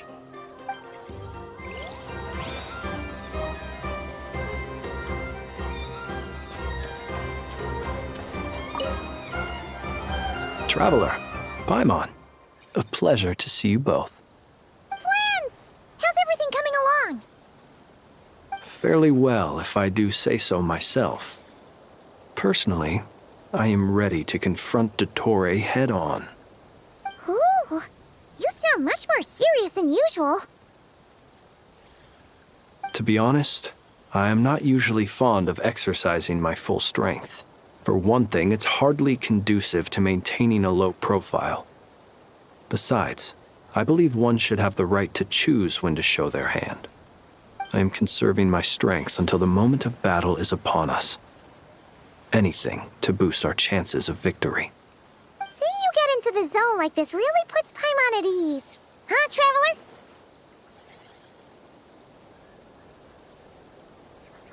I consider it an honor to have your trust. Rest well. I look forward to seeing you both in your element during the battle.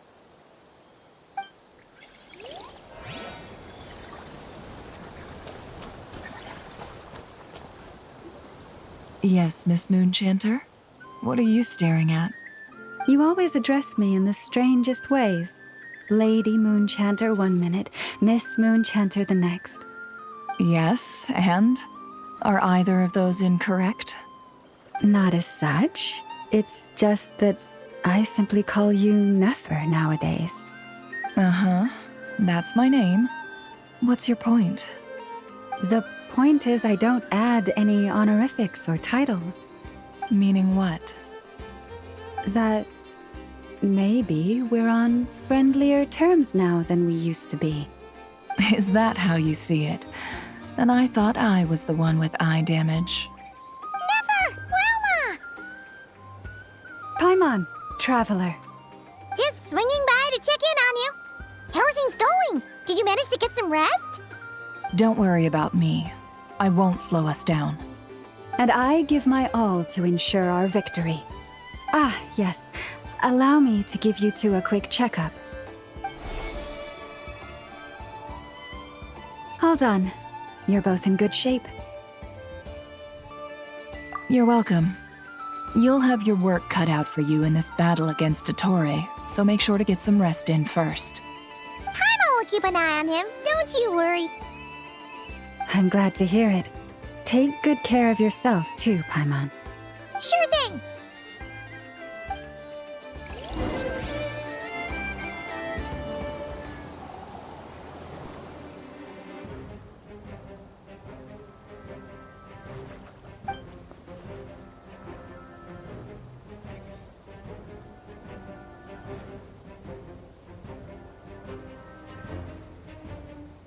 Here they come.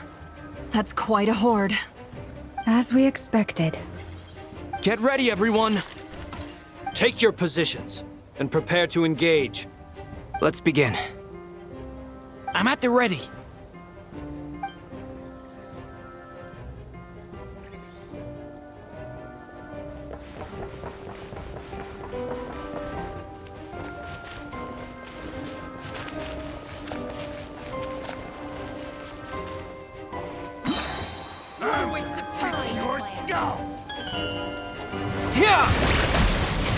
The night cometh. Close your eyes. Another one. Be silent. Do you fear the dark?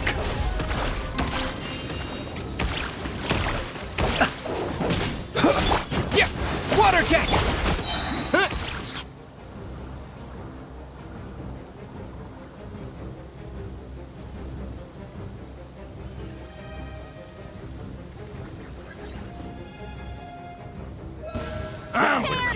Your skull! By the frost moon of old.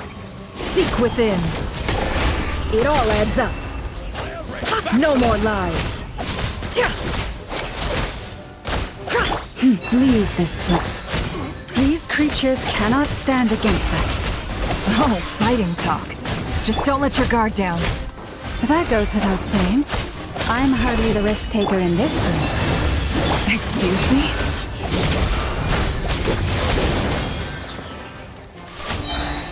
The mystery unravels.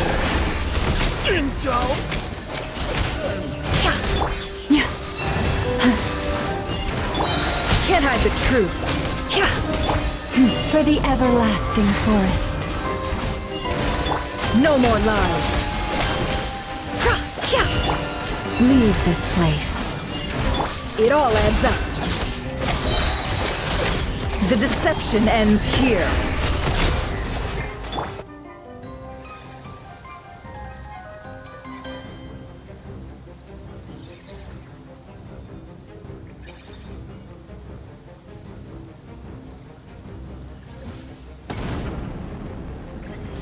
Witness my great undertaking! The story has only just begun!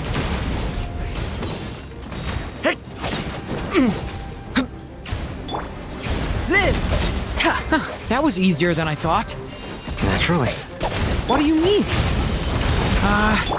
Is it because as created beings go, we're of a higher level than them? Very...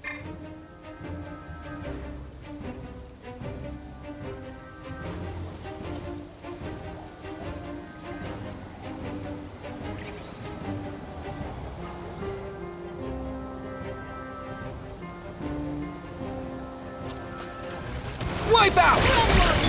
By the frost moon of old. The mystery unravels. The long sleep beckons. People have always used fire to drive away wild beasts. Wouldn't the lantern work just as well? You read my mind, my dear friend. I was just about to say that. All right then, dear friend. Bring the light! Can't hide the truth.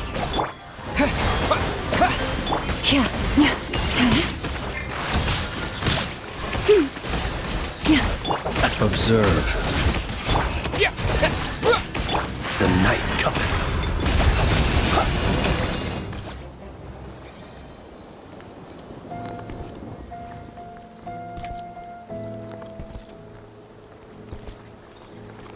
You're looking well. I trust you've had a good couple of days.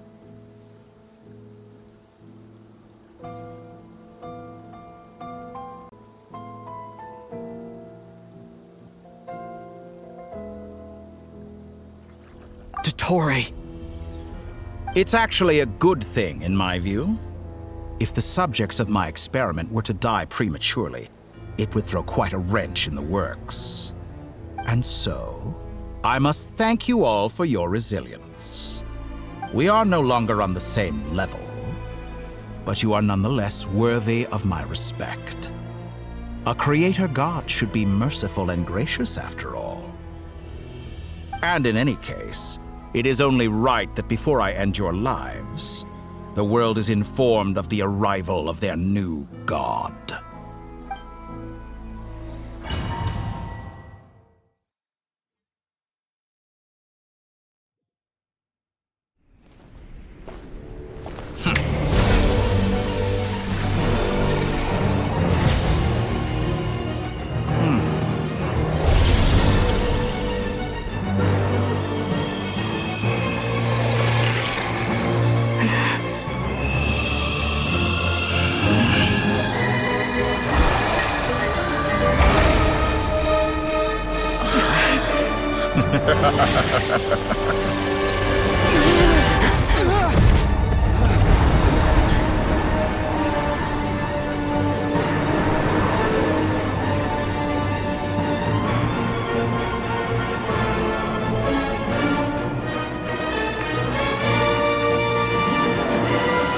The experiment begins.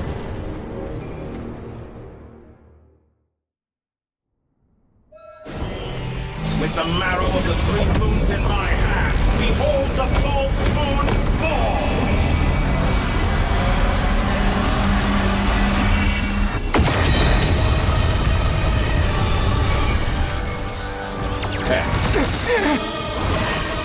Bombs away! No more lies. The deception ends here. With one heart, we pray. The long sleep beckons. Be silent.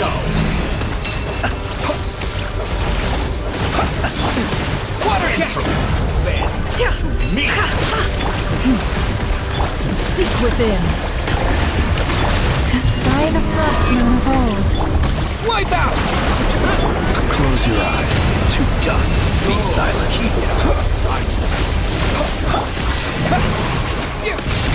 Openings on purpose. Confident, aren't we?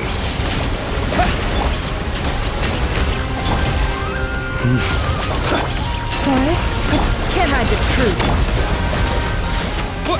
Beware the creatures of the night. Observe. Be silent. Ant in my palm. Oh. I've been moved inside another space. And it's sealed off. Looking at the structure of it, it seems like Dottore intends to trap us here. There's no exit. Our endurance is about to be put to the test.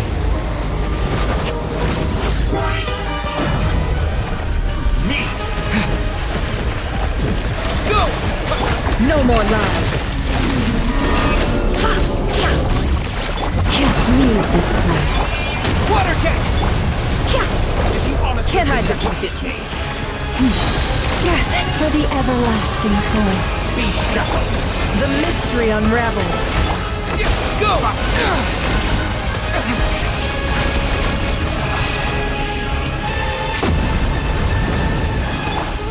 It all adds up. No more. Go!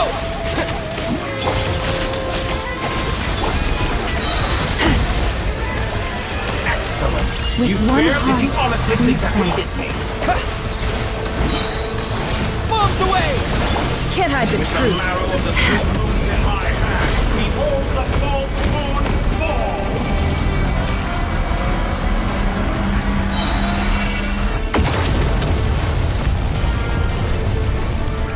You cannot face me! The deception ends here. Tell me, Forest, where will protect you us. try scurrying off to next? Looks like Dottore has opted for a divide and conquer strategy. But we will not allow him to triumph. Now, I shall pray for our victory.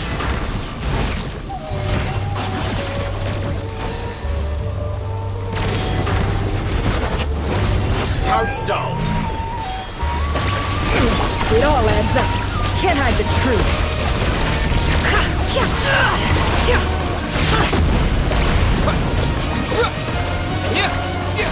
No more lies.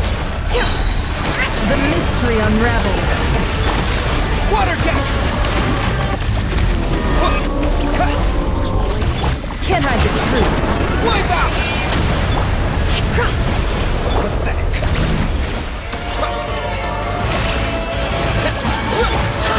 No more lies.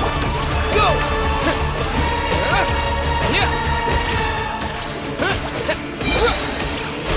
Go! The deception ends here. It all ends. Water jet! Bombs away!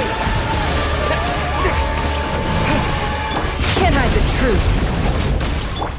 How dull!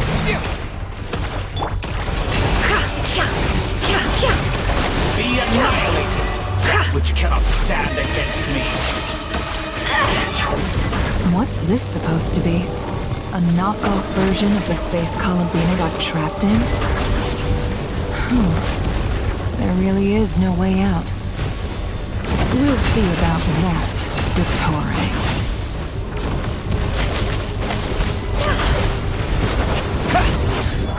My apologies, I had not intended to take it. But you have a choice in the matter. Obey, and I can release them.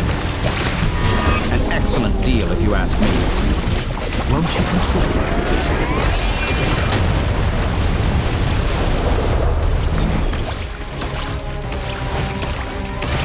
I expected this experiment to last longer. You cannot face me! Wipe out!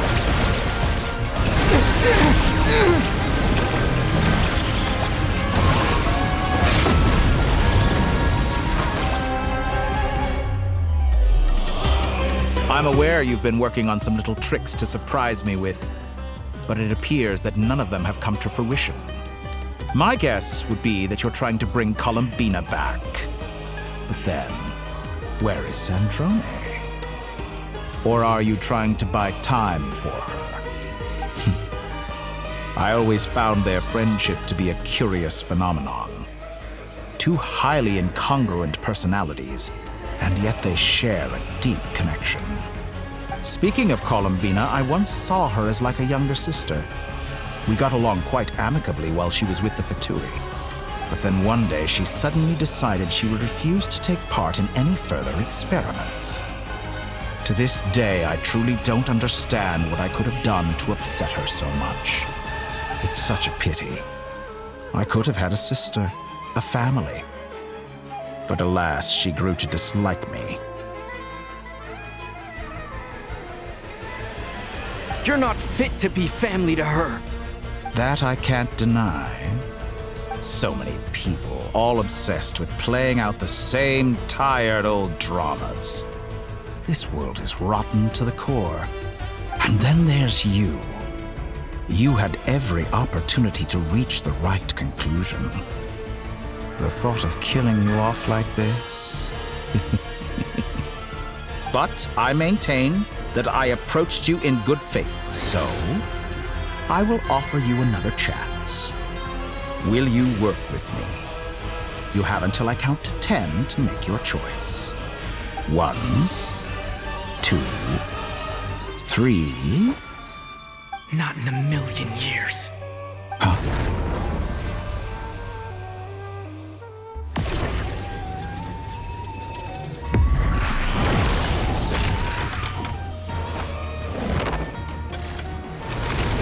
Sandrone, what a pleasant surprise.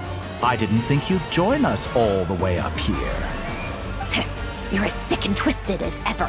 Don't fool yourself into thinking anyone's grateful for the chances you're offering them. Sandrone? But the formula hasn't finished running yet.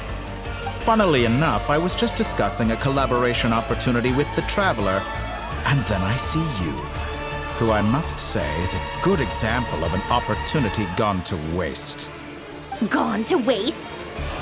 I said that everyone would get one chance, and you've used yours to march right back into the lion's den. So yes, it's an utterly wasted opportunity. And what makes you think I believe a word that comes out of your mouth? I was planning on disposing of your little formula after wrapping up more urgent business here. But since you've taken the trouble of serving it to me on a silver platter, I can simply bring it forward in the schedule.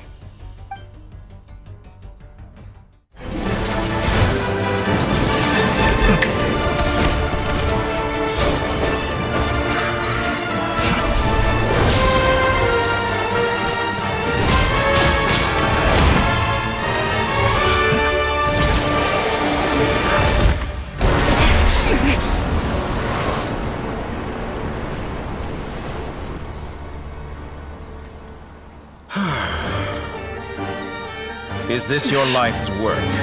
This piece of trash?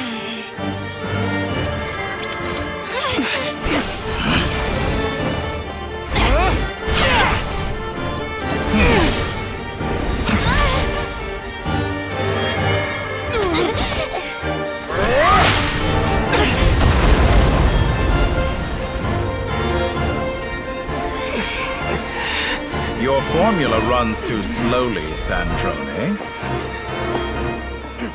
You put your hope for success on others instead of fighting dirty. That is why you have failed. Now, whom should I slay first? Any volunteers? No one? How nice of you to leave the decision to me.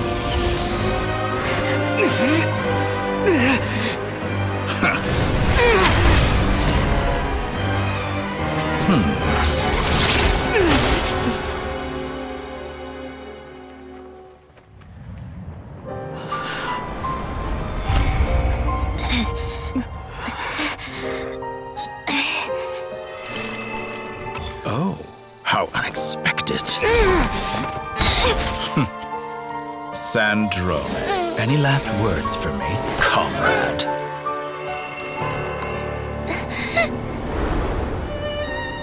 Is there anything you wish for? Not really. But I've always known what I don't want. Go to hell, Dottore.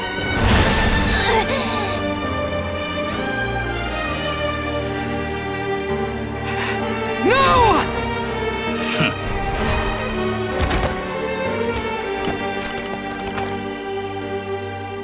And now, you have failed.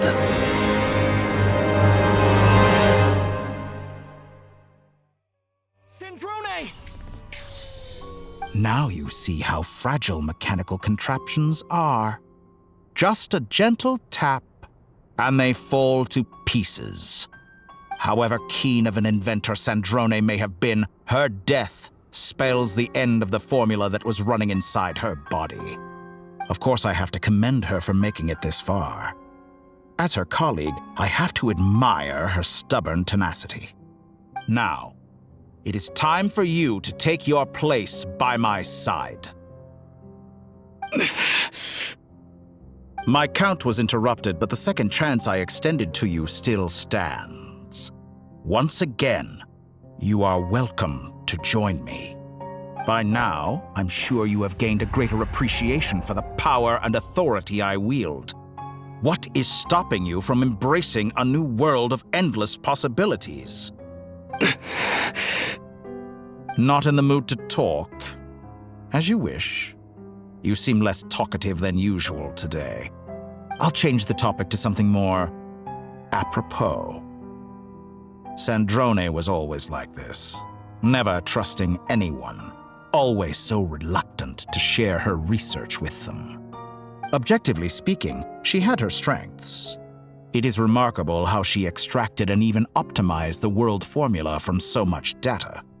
But her inability to trust was her undoing.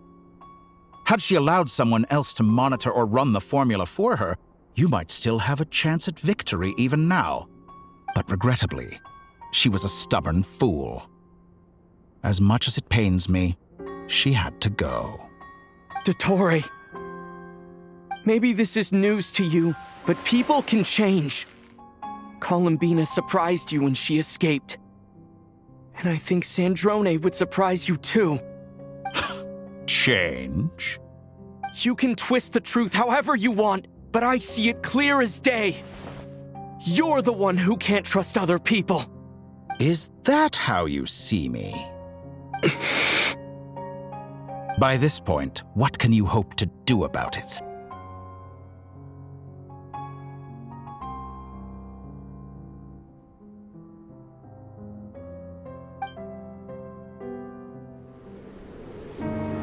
It is pointless to fight on. You've already lost. Wrong. You can't win this, Dottore.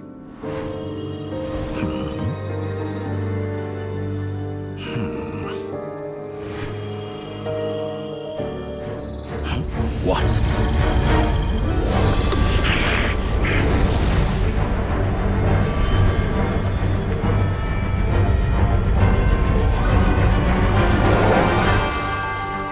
My formula can get us 90% of the way. It will connect you to Columbina. Then, I will bring the formula's output to the Traveler's side. For the last 10%, do whatever it takes. Just bring the moon down.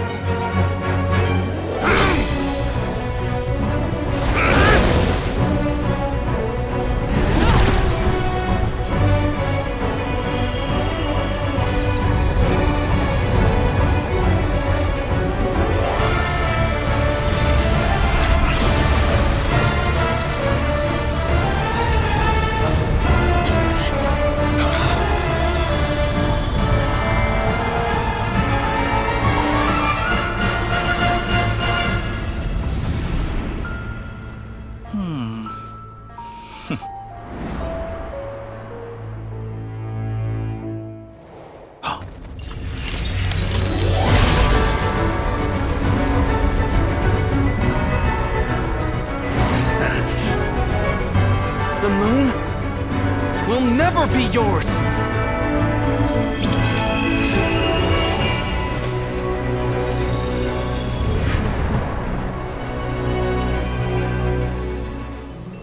I turn my body into moonlight and pour it over Nod Krai. My soul I leave here to inform my future friends. Lastly, I will hide the Trilune Authority within the Frost Moon. And when my body, soul, and authority are reunited, finally... Columbina!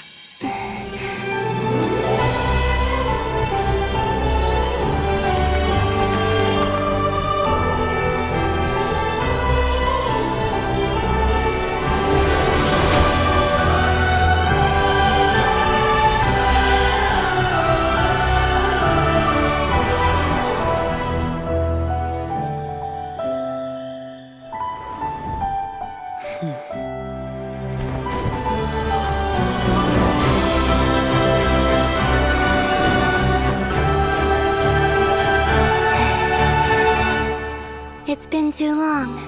I'm back.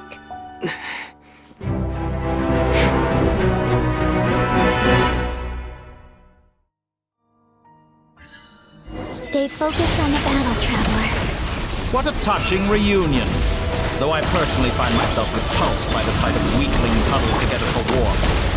Now you're quite finished patting yourselves on the back. Show me how long you can struggle before you drown. Watch out, Columbina! Manipulate space itself! I know. Wait for the right moment. We'll strike together. Go! Remnants fall!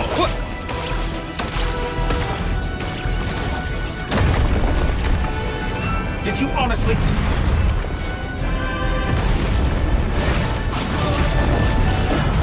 Bombs away!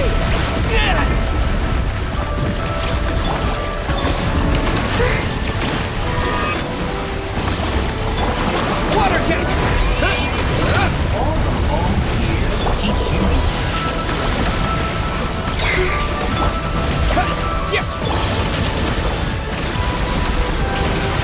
Such a simple attack, and you're already strong. Keep it up. I'm regress.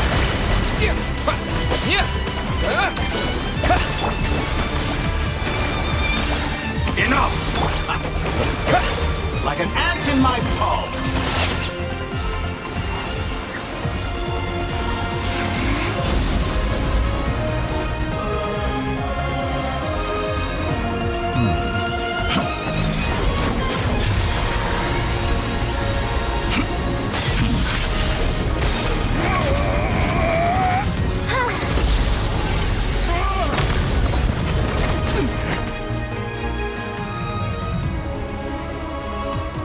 Grant you the new moon's blessing. The new moon shines upon you. I am growing weary of your stubborn resistance.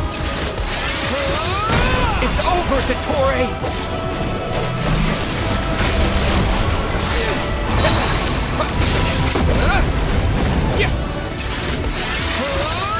Time to pay for your heinous crimes! No longer must the world cower in the cold night.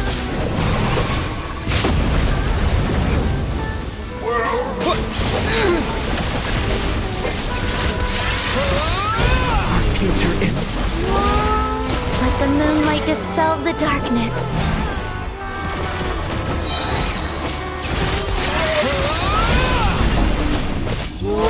Everlasting as the moon.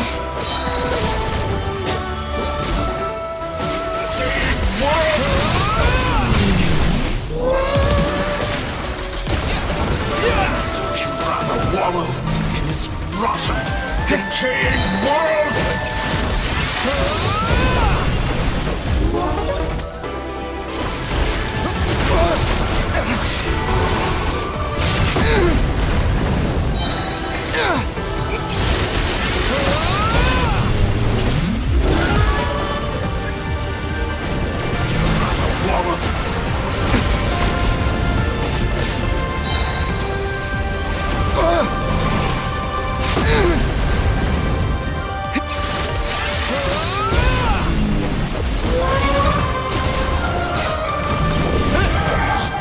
So close.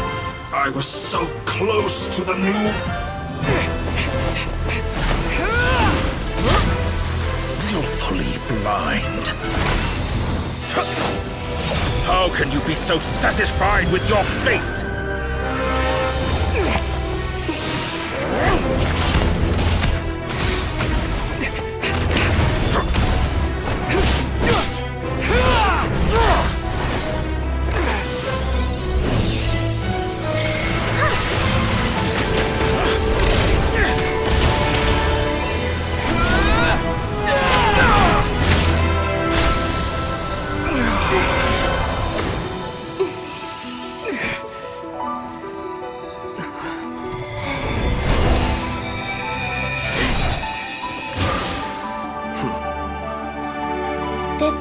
Was never about fate. It's about friends, family, and the home you stole from them. So dull. Only the weak rely on each other for comfort. You should see Once I transcend fate, you will be nothing but fodder for my grand experiment! That will never happen.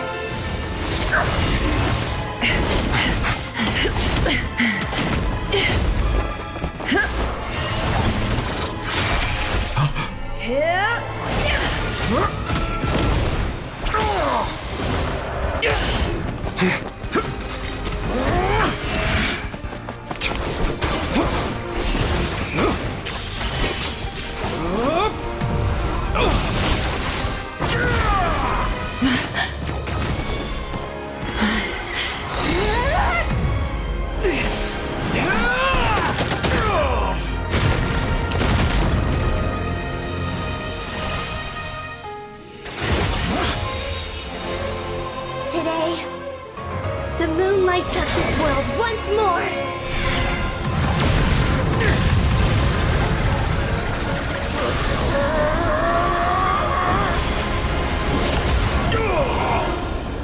This loathsome world.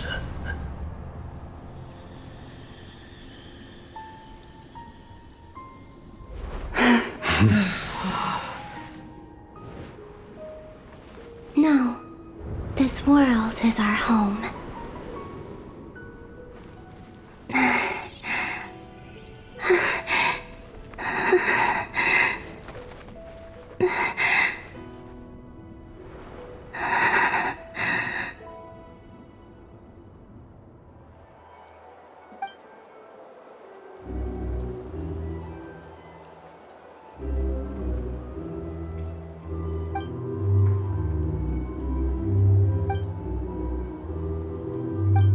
No, you're doing it wrong. The moon looks like this now. What are you drawing, children? The new moon, Mom. It looks different than before, doesn't it? Also... Can I go buy a sugar sculpture today? Please? Just one? All right. I suppose today is a special day after all. Almost like a festival. Extra, extra! Get the latest Nasha Express here! Post-disaster report! Nasha Town reborn beneath a new moon! The voyage begins today! The future looks bright thanks to the League. Want a copy? I knew things would be different, but I didn't think that would include the moon.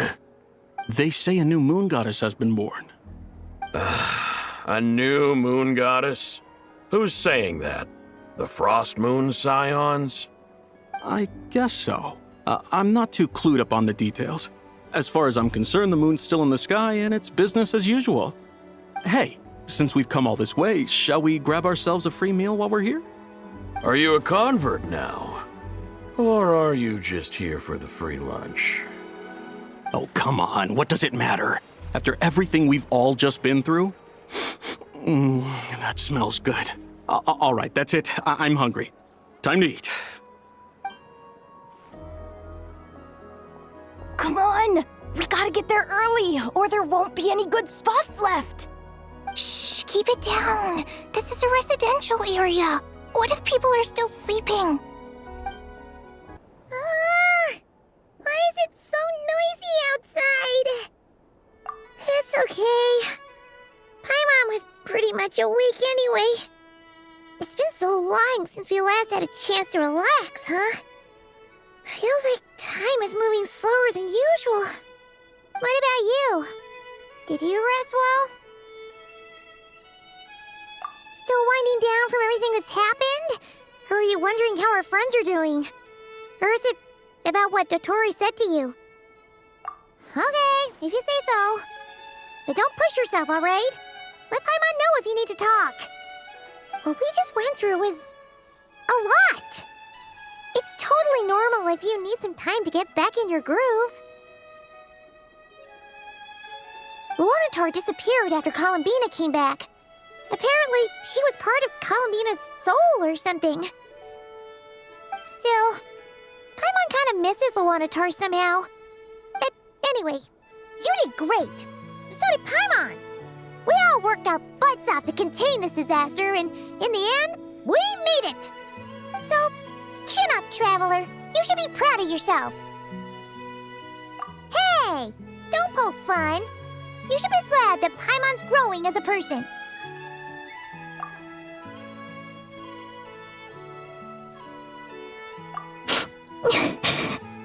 Paimon didn't think you'd mention it. You have no idea how anxious Paimon was. She was worried sick about you. Well, if you really want to show Paimon you're sorry, you're gonna need to make it up to her. You better be ready to splash out on a lavish meal.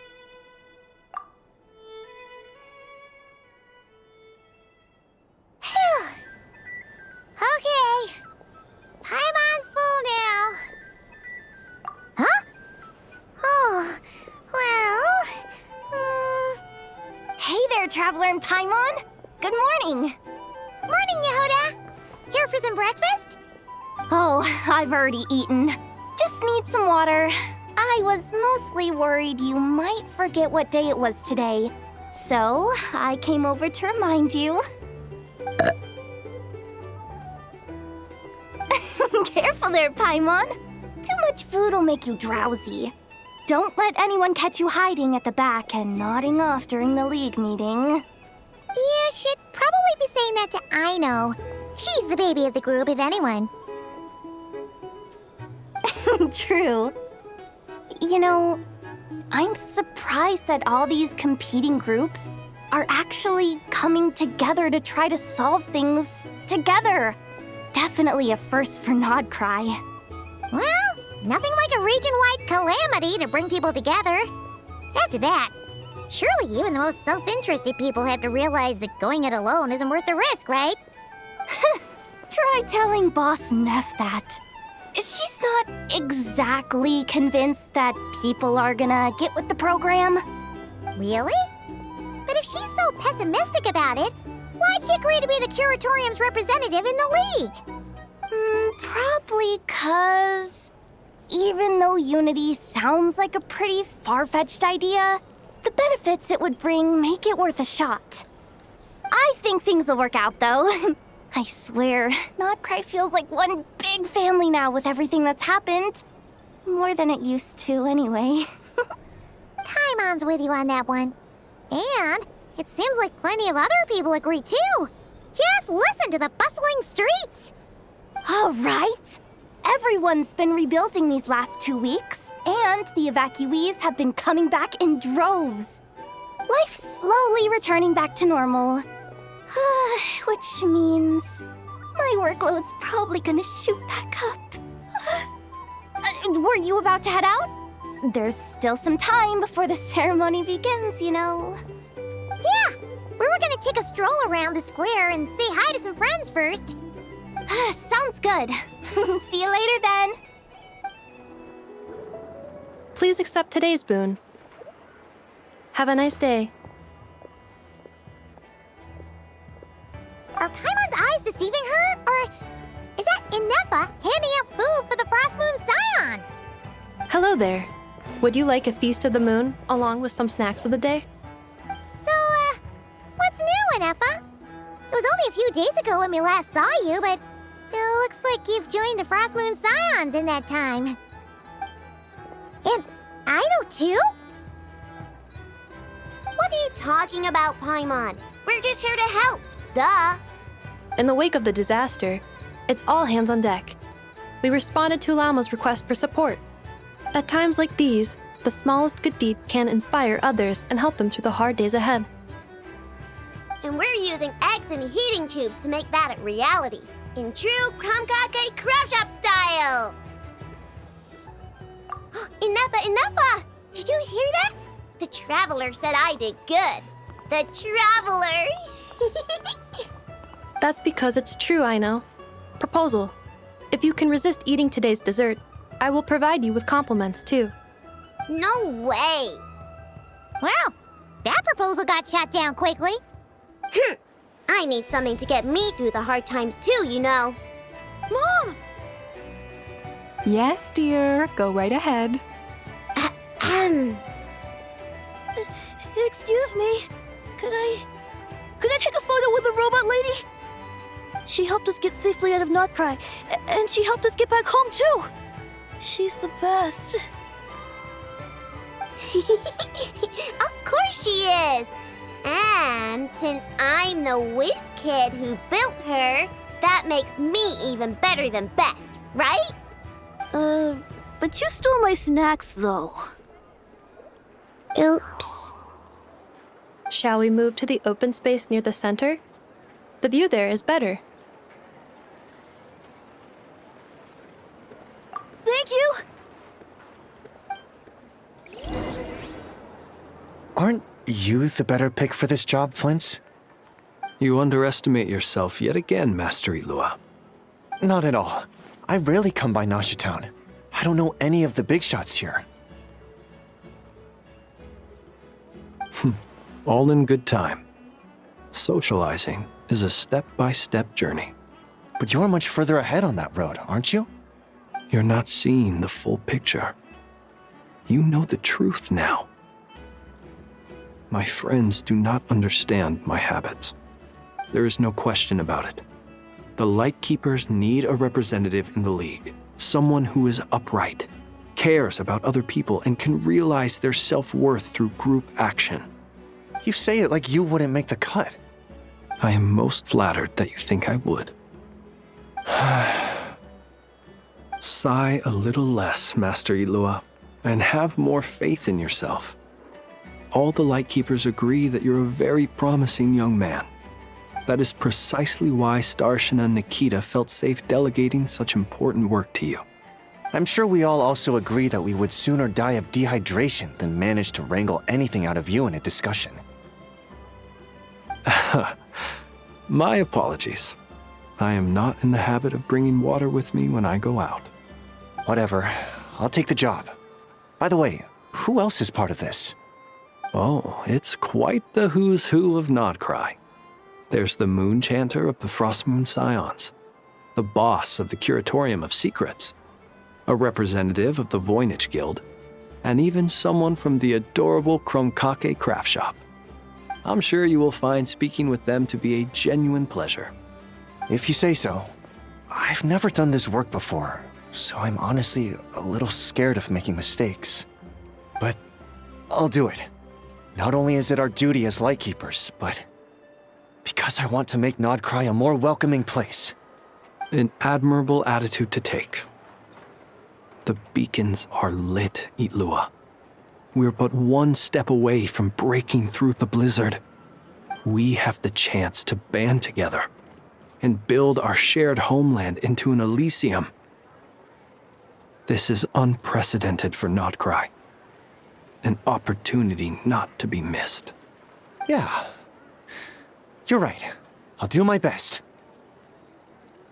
Quite a few familiar faces have arrived. Let's go, shall we?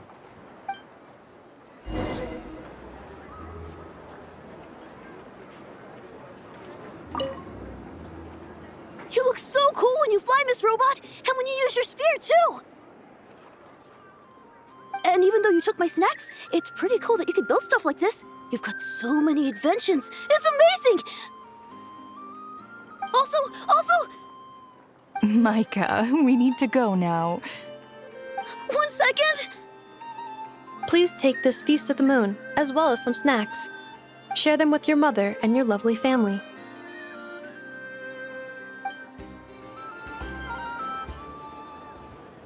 Wow! Everyone's here! You seem well rested. I know no one's asked, but I'm sure you all want to know, so let me just say, we're doing great. Thanks.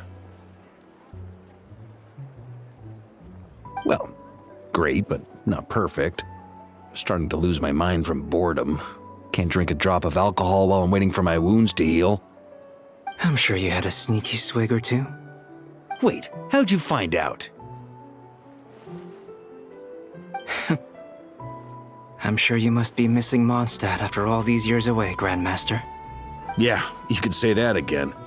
Every time I get news from Mondstadt, it makes me want to go back and see the place for myself. Honestly, once things are wrapped up here, I think it'll be time to head back home. Hey, looks like someone's taking the stage.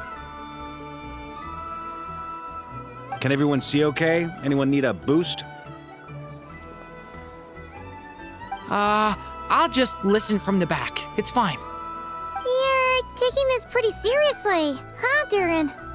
Well, it's not every day that I get the chance to see how people speak in official settings. Soak it up like a sponge. I'll make sure you get a chance to practice for yourself later down the line. Actually, I know just the thing. You can debrief the Knights of Favonius for me. Mr. Varka, are you forgetting that I'm not a Knight of Favonius? I can knight you.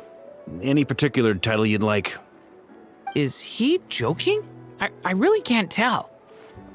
You'll have to figure this one out for yourself. It'll be a good learning experience. It is my honor to host the opening ceremony for the League, and to have this opportunity to speak to you all in my capacity as Voynich Guild representative. Could this person also have been pushed onto the big stage by the real big shots? Guess I'm not the only one then. We come here today, having weathered the trials and hardships of yesterday, and having learned from them the importance of unity and cooperation. All right, here we go. Uh-oh, looks like Aino's off in Dreamland already. Wait, Boss is looking kinda drowsy too. What's up with her? Come on, get this speech over with already. Nod Krai is our home, the land we rely on for survival. And as we chart a course for the future, may we persevere through the storms ahead as we sail towards a new era of prosperity, freedom, and hope.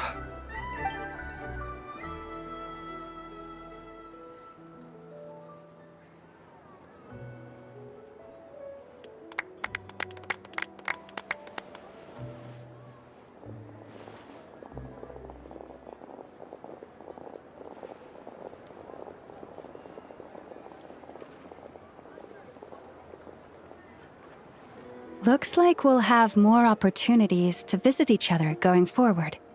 I'm sure you'll cope, Lady Moonchanter, given how fleet of foot you are.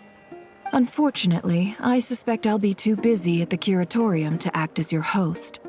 We have a busy schedule, not to mention an international network of contacts to manage. It'll be all right. I'll just check your schedule with Yehoda well in advance. And if she's not available, I can simply ask Ashru. So giving my employees extra workload isn't enough for you?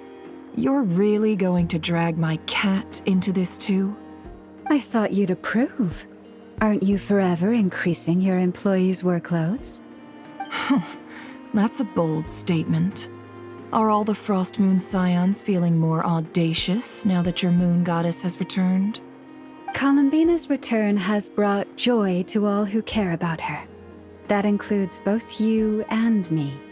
As for the Frost Moon Scions, we are learning how to thrive independently, without relying on the moon goddess. It is up to us to make our home a more livable place. Joining the League is one of the steps we are trying towards that end. I like the word try. It's nice and non-committal. You can opt out at any time and still say you tried. You don't see a bright future for the Frost Moon Scions? Or did you mean the League? I'm just not as optimistic as you. The Frost Moon Scions should count themselves lucky that they have a leader as stubborn and enterprising as you. But Nod Krai's a big place, with all kinds of people. Most of them don't enjoy answering to a leader, or even listening to reason. Well, that's where you and your methods come in. Unless the Curatorium of Secrets is only here for appearances. For now, yes. And that won't change until this venture becomes worth my while. What would make it worth your while? Getting out more than I put in. Right now, I'd barely break even, but I'll grant that it's a good start for Nod Krai. Then maybe it's worth a try. All right, you can stop now. Or do I have to join the Frost Moon Scions before you'll get off my back? You'd be very welcome to join us. Hey, you two! Congrats on all your hard work! What are you chatting about? Nefer was trying to dissuade me from adding to her employees' workload. Also, she's considering joining the Frost Moon Scions. Sorry, what?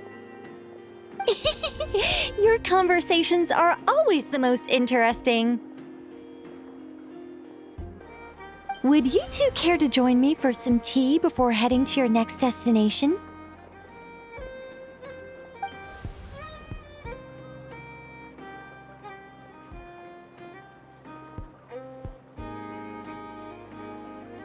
Nicole? Wait, where are you? Aren't you gonna show up today? Sadly not. I'm otherwise occupied right now. I'm sorry, Paimon. I can hear how disappointed you are. If it's any consolation, let me say that how things appear on the surface is a far cry from what they are at their core. Perhaps you'll feel better if you focus on the fact you have a special line of communication with the great mage herself. Okay? Has something happened? No, or not yet, anyway. Well, that's not ominous at all. Not for the time being. Just think of this as a general check-in to make sure this communication system is still running smoothly. Besides, it's good to chat once in a while if we want to maintain our friendship. You could have just said so. Paimon got all worked up for nothing. Still, the best friendships are built through face-to-face interaction, you know. It's never gonna stop being weird having tea with you when you're not there and just talking to thin air. All right, fair point. I'll bear that in mind for next time. Yeah. Any update on that crisis at the world's borders? Alice just informed me that they had their work cut out for them. And now everyone's thoroughly exhausted. But they did finally get things back under control. Still, we can't let our guard down yet. The disruption caused by this disaster has made Tevat easier to detect from the outside universe. She plans to wait for things to stabilize, then reschedule her Mondstadt vacation plans. As for me, I agree with Hat Guy's perspective. This is a time when many new variables are emerging, and the situation is changing constantly. Plus, most of this change is for the worse. We have to remain vigilant and ensure that the embers of chaos are not rekindled. I did notice that the energy in Nod Krai changed somewhat after the War of Funerary Flame, but since it was still aligned with the Light Realm, I never gave it a second thought. It looks like I'll have to examine the connections between phenomena I observe more closely in the future. Just doing my duty. It's more or less second nature by now. Of course. To give you the full picture, I'd have to start with the substance from which angels were formed. Never mind. Paimon's right. Showing off my knowledge would be much more satisfying in person. By the way, you did receive the gifts from the Hexen Circle, yes? I'm not trying to claim credit or anything, but my pride demands that I at least mention it. They're quite similar to the protective talisman that Alice gave Dory, but with some very special enhancements. Oh! So that's what kept our friends safe when Dottore trapped them. Indeed. We went to great lengths to make sure they were invisible to his eyes.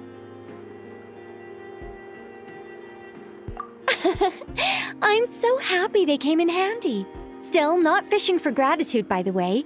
I just want you to be aware that sometimes your friends may be protecting you in ways you cannot perceive.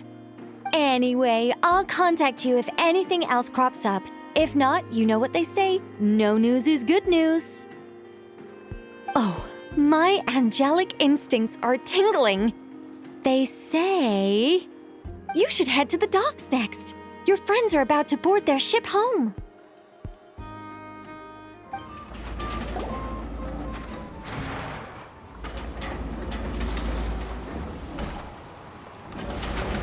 You're here.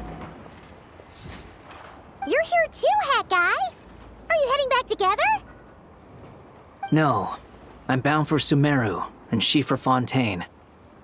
We just happened to cross paths at the harbor. Everything seems fine. Sandrone may have an abominable temper, but she's always been very responsible with important calculations and things entrusted to her by valued friends. You always speak as if you know us inside out, Mr. Hat Guy. Maybe I'm just a good judge of character. I certainly hope that's all there is to it. Regardless, you have been a significant help in this matter. For that, you have my gratitude. I didn't do anything special. Sandrone's the one who completed a seemingly impossible formula and turned the tide of the entire battle, even giving her life in the process. She's the one we should be thanking. Even we were unaware that Sandrone had hidden the real formula inside Polonia's body. She managed to fool Dottore into thinking the formula was running in her system by installing an identical-looking decoy within her. She probably realized that she didn't have the strength to stop Dottore. But this way, she could at least get him to lower his guard. She always worked like that. Always had a backup plan. Well, that's why I'm traveling to Fontaine. She made a request of me long ago, and the time has come to fulfill it. Think of it as her will. She said that should she ever fail in a mission, she'd like me to deliver her core and Polonia's to the Fontaine Research Institute. She also mentioned that she had made arrangements for people there to set her affairs in order. Some of her personal effects, such as her notes, were left to me. I've decided to take them back to the House of the Hearth, for safekeeping primarily, but also as mementos, I suppose. However, there is one book among them that I'd like to leave in your care. I'll have someone deliver it to your residence at the flagship at a later date. No, I was specifically warned not to tell her. This is her last wish, and I will abide by it. I can only hope so, but none of us here can know for certain. I bade farewell to Columbina earlier today. As promised, she turned the iridescent moon's marrow over to me. She spent a long time with Sandrone's body, saying her goodbyes. Oh, is she alright? Sandrone's passing has left a great wound in all of our hearts. It will take time to heal, but Columbina surprised me. She offered me some words of comfort before I departed. Despite being grief-stricken herself, she showed an awareness of the feelings of others around her. She never used to act like this. Clearly, she has grown. And I suspect that we have you to thank for much of the change we are seeing in her.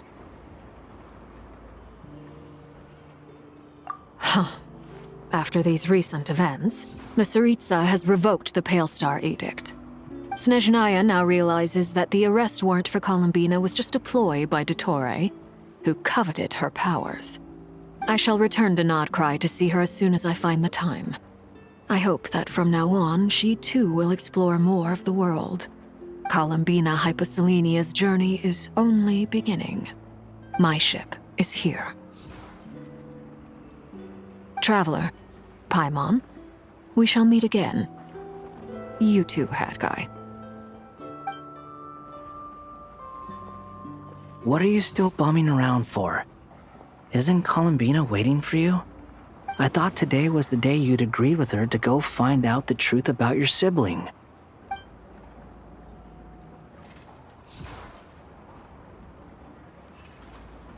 You're afraid you won't like the truth when you see it. Well, this is new. I was starting to think that nothing could scare you. Don't say that!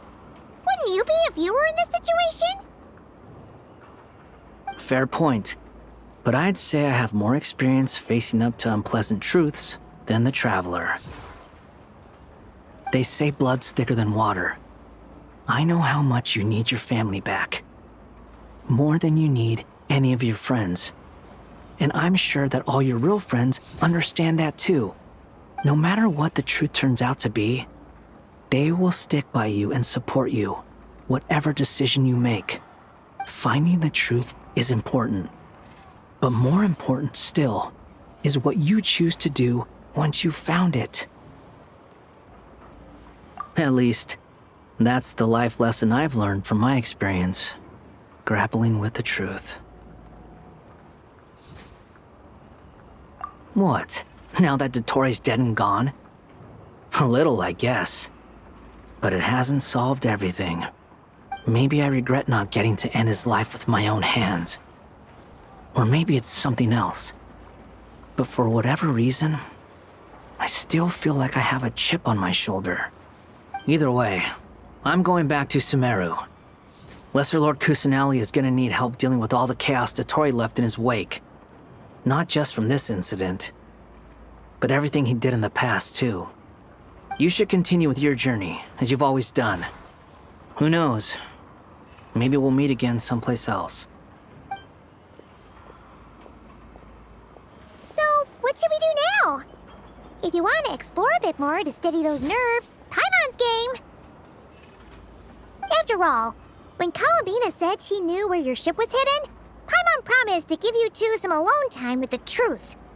It hasn't been all that long since we were last apart, sure, but with Columbina there, Paimon's sure things will be just dandy.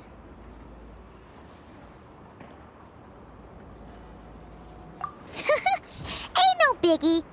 Paimon might be all about that food and fun, but she knows how to do right by people. Paimon's sure you'd prefer to digest the news about your sister in peace. But, no matter what you see, just know you can share it with Paimon. Of course, as long as it's not super private. If you can't make sense of something, let's give it some thought together. And even if we both can't figure it out, Paimon can at least treat you to a nice meal. Glad to hear it. Feel better now? Alrighty. Next up, time to meet with Columbina.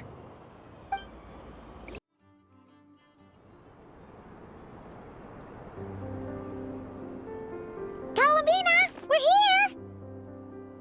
Can't quite believe we're meeting out here. We've gotten used to walking over to Silver Moon Hall whenever we go see you. Well, you're still welcome to go there whenever you want to see me. It's just, now that it's all over, I've decided to make some changes. Try and fit in with the Frost Moon Scions, like Llama suggested. The older generation are still timid around me. They don't dare get too close, and they bow their heads when I walk by. But things are much better with the children. I see more curiosity in their eyes. Hopefully, by the time the next Moon Prayer Night comes around, I can enjoy the festival with them as myself, without having to pretend that I'm only dressed up as the Moon Goddess. You'll do fine, Columbina. Paimon's sure they'll realize you're super nice once they get to know you better. You really think so? When we first met, you thought I was a little up in the clouds. Oh, we were just starting out then, come on! So Llama told you, huh? I'm only teasing. I know that I have you to thank for pulling me back down to solid ground. It feels good to finally stand firm on the earth where I was born. Oh, that's great!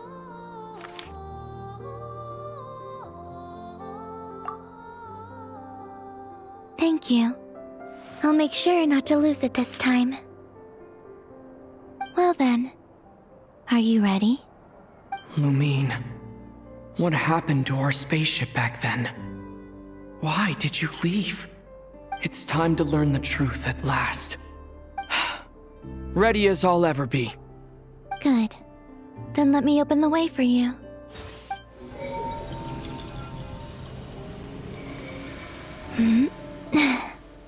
Where does this lead?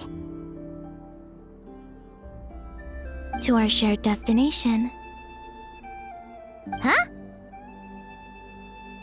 Do you remember me telling you about my missing prologue back when we just met? I said that my story began on the moon. But while I was inside the moon's reflection, I realized that my prologue was really hidden in the future. I just had yet to discover it at that point. The story of the time before I was born was in fact the story of my distant future. It's truly fascinating. But when I obtained the Trilunar Authority and returned to our present reality, I sensed something I hadn't expected. Your prologue. So you mean? Yes, your spaceship. All this time, it has been hidden on the Frost Moon, which lay beyond the sky. The great ruler of the firmament. The heavenly principles. Wait, them? Why would they do that? I don't know. Perhaps your ship contains something that is incompatible with Teyvat. Or something that cannot be known. Oh, did I pick a bad time to say this? I know it must have been hard to work up the courage to do this. Maybe I should have waited until you were on the moon, with no chance to back out. That would have been kind of mean, you know.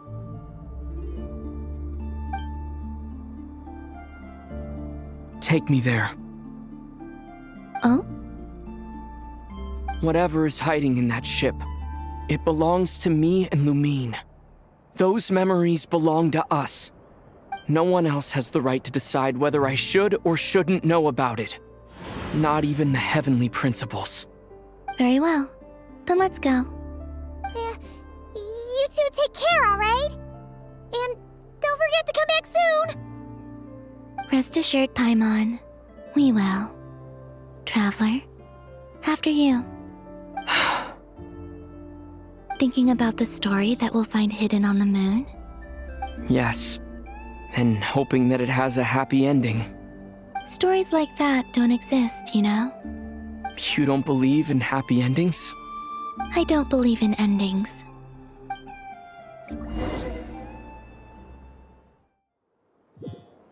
Where am I? This is the pathway I built between Teyvat and the Frost Moon.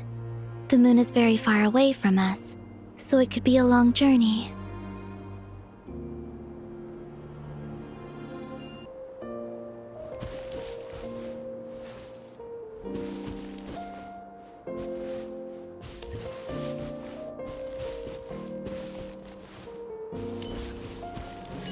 After I obtained the Trilunar Authority, I unwittingly saw past events from many of my friends' lives. One was Lauma. She was so young when they chose her to be the Moon Chanter. From then on, the Frost Moon Scions looked to her to bring messages from their goddess. But, for better or worse, I had left Hisi Island before she was ever born. It was not until much, much later that she met me. I think it's for the best. Because of the way things turned out, you had the opportunity to become friends. You're right. In that sense, I think we were both very lucky.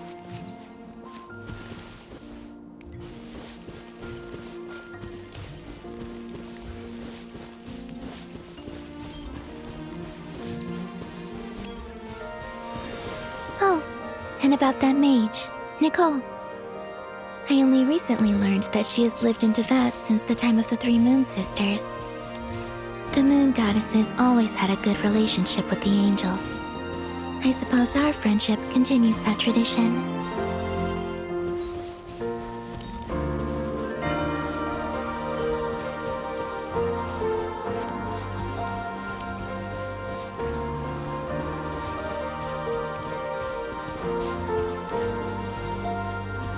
And then there's Sandrone. I never knew that much about her, beyond the fact that she was created by someone called the Lord Artificer. She, too, suffered for a long time before joining the Fatui.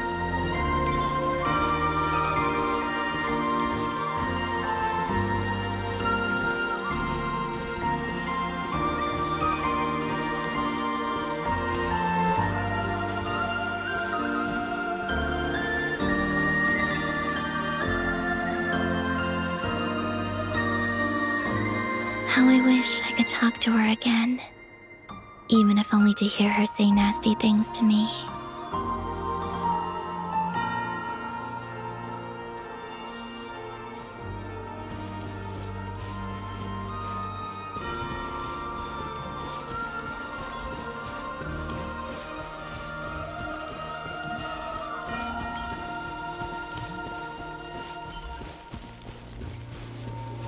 Also, I saw your sibling's story.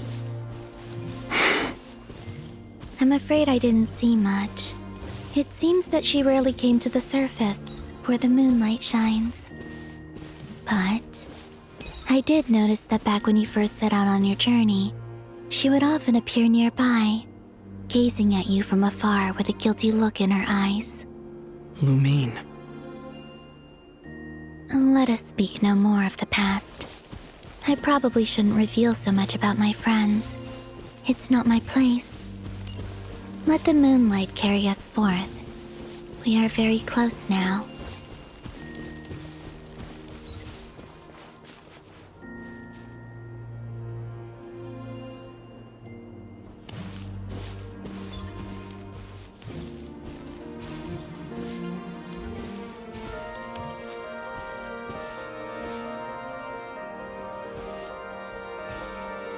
After this, I'd like to bring some kuhenki to the moon as well. If they're willing, of course. What about your other friends? Will you bring them to visit too? Certainly. But I'll need to tidy the place up first. This home hasn't received any guests in a long, long time.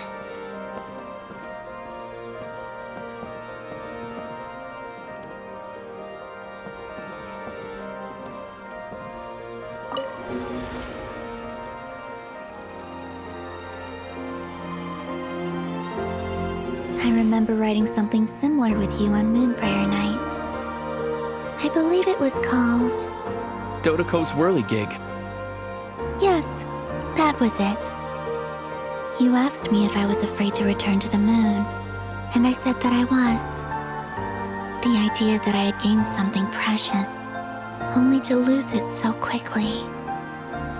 That frightened me. But I'm not afraid anymore. Besides, this time, we're traveling together.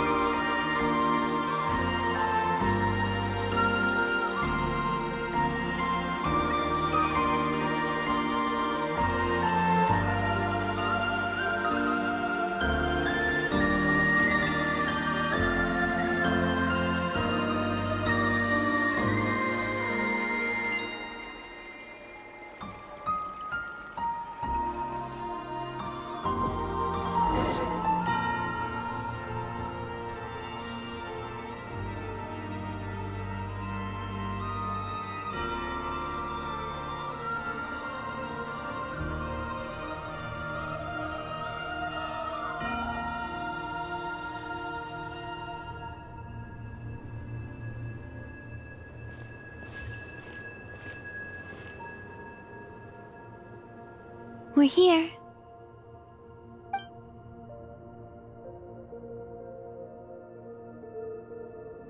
Over there.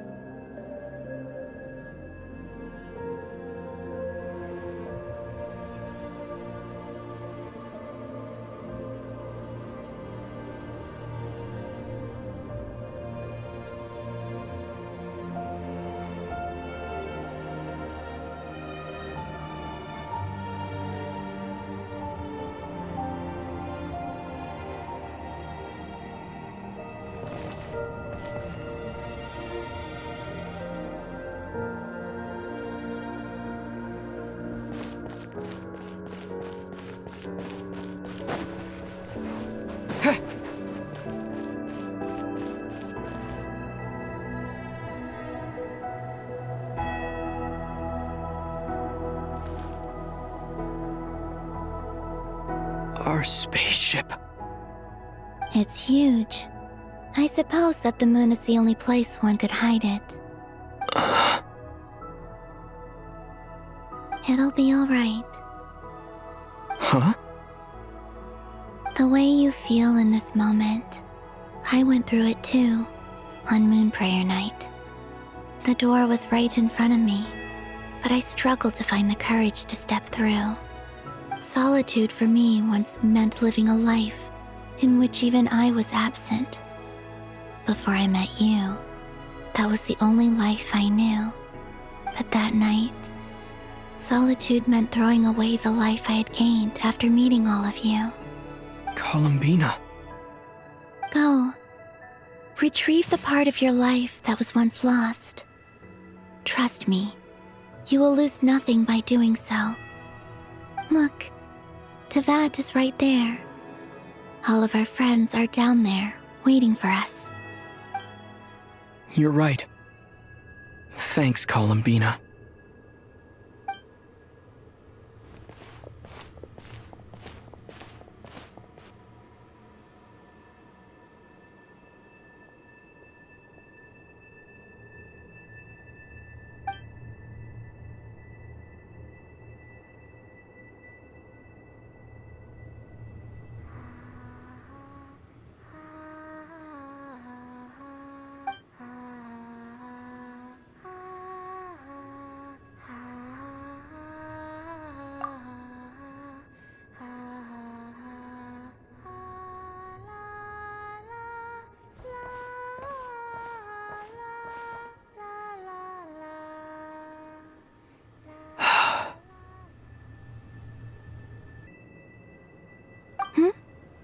Finished? Yeah. Why did you take your eye mask off? Well, since my return, I've decided to take more opportunities to see the world with my own eyes. Besides, I've always wondered how Teyvat looks from the moon. And what do you think? It's beautiful. I could spend a whole day here just gazing at it. What about you? What do you think of the truth you found? I haven't looked at another person's expression in a long time, but I think yours is saying it was neither good nor bad. Keep this up, and it won't be long before you give Nefer a run for her money.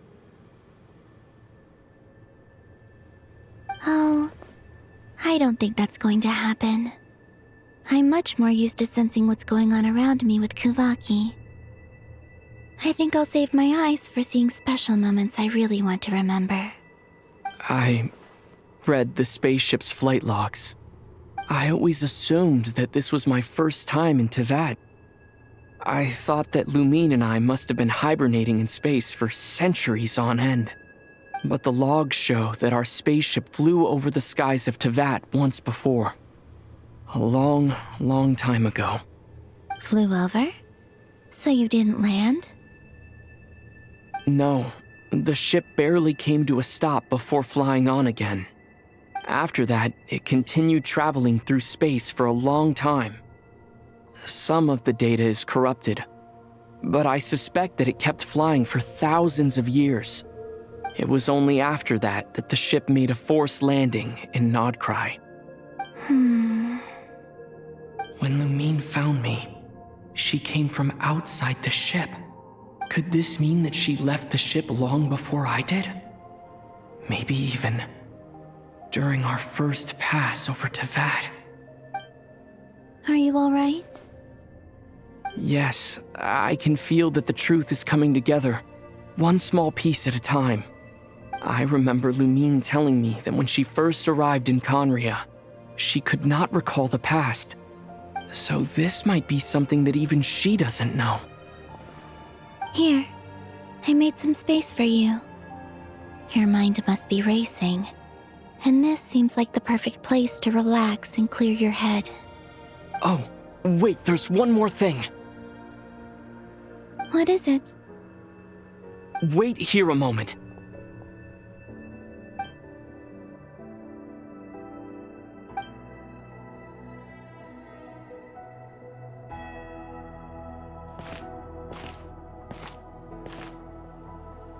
Hey, Columbina.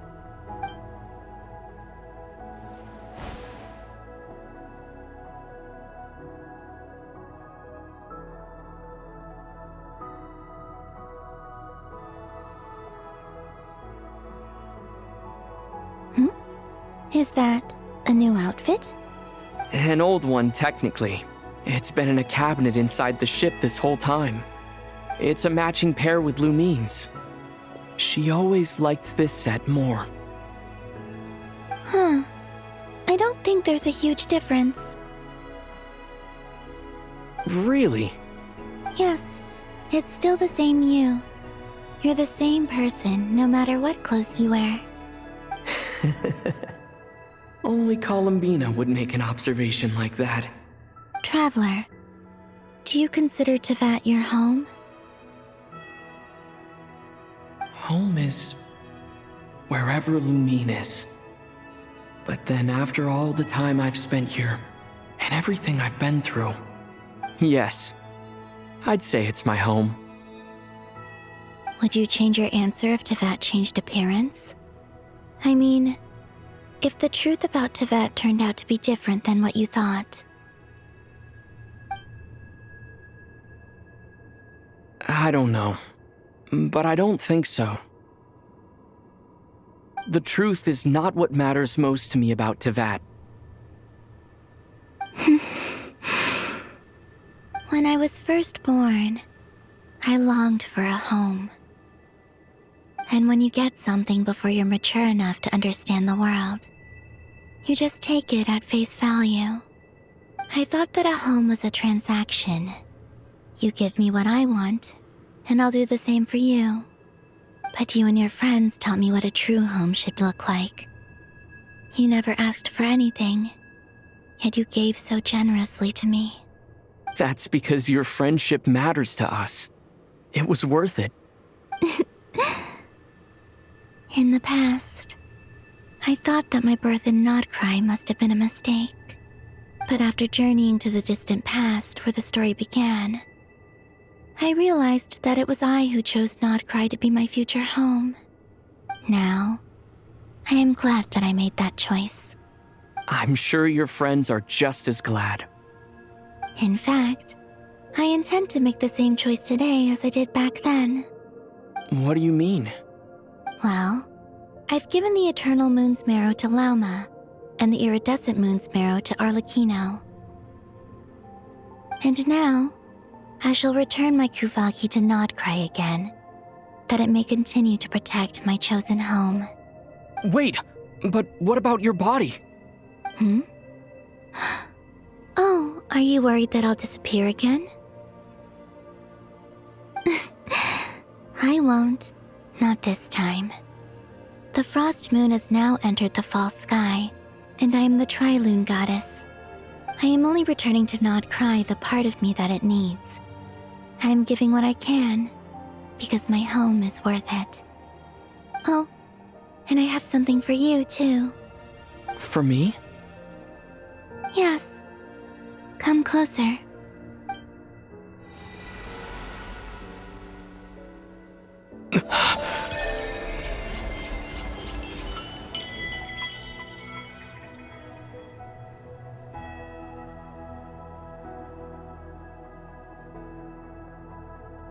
What was that? I lifted some of the restrictions this world placed on you. I trust this will help in your future adventures.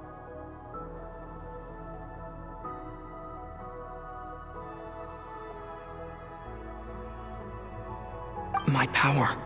It feels like it's grown. I can use the elements more freely now. Thank you. This will be a great help. You're welcome. I see you as family, and after everything you've done for me, In fact, no. It's not because I owe you. It's because you're worth it. Here, this flower is for you.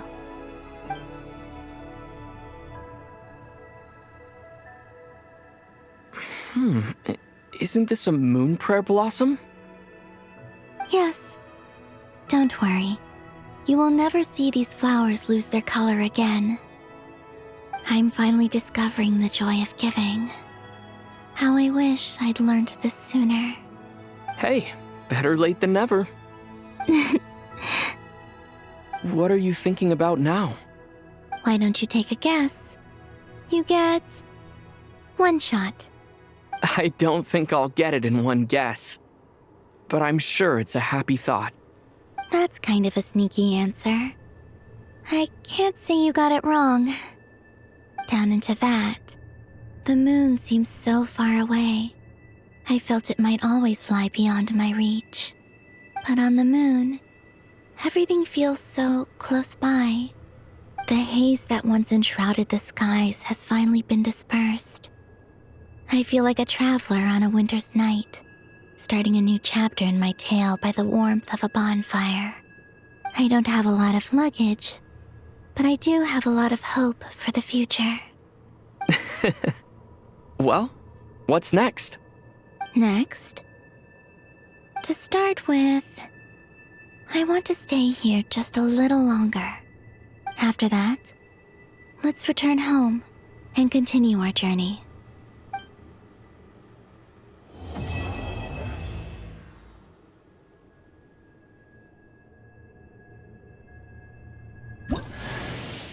These clothes bring back so many memories.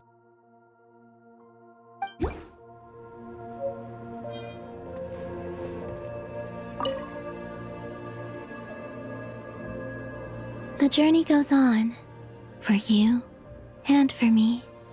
Like I said, this is not the end. I don't believe there has to be an ending. Oh, is that your next destination? Most people would probably tell you to pack some warm clothes. But I experience things differently than most people, so I can't know how cold it is. In fact, it is home to quite a wondrous heat source. I think they call it Kreshnik's torch. Every city in Snezhnaya is built around one of those. I sensed the energy it gave off as I was passing by on a railway train. It felt grand and distant. I also recommend the Korolievsky troupe in Snezhnograd. They give performances quite regularly, and entry was free for harbingers. I liked them a lot.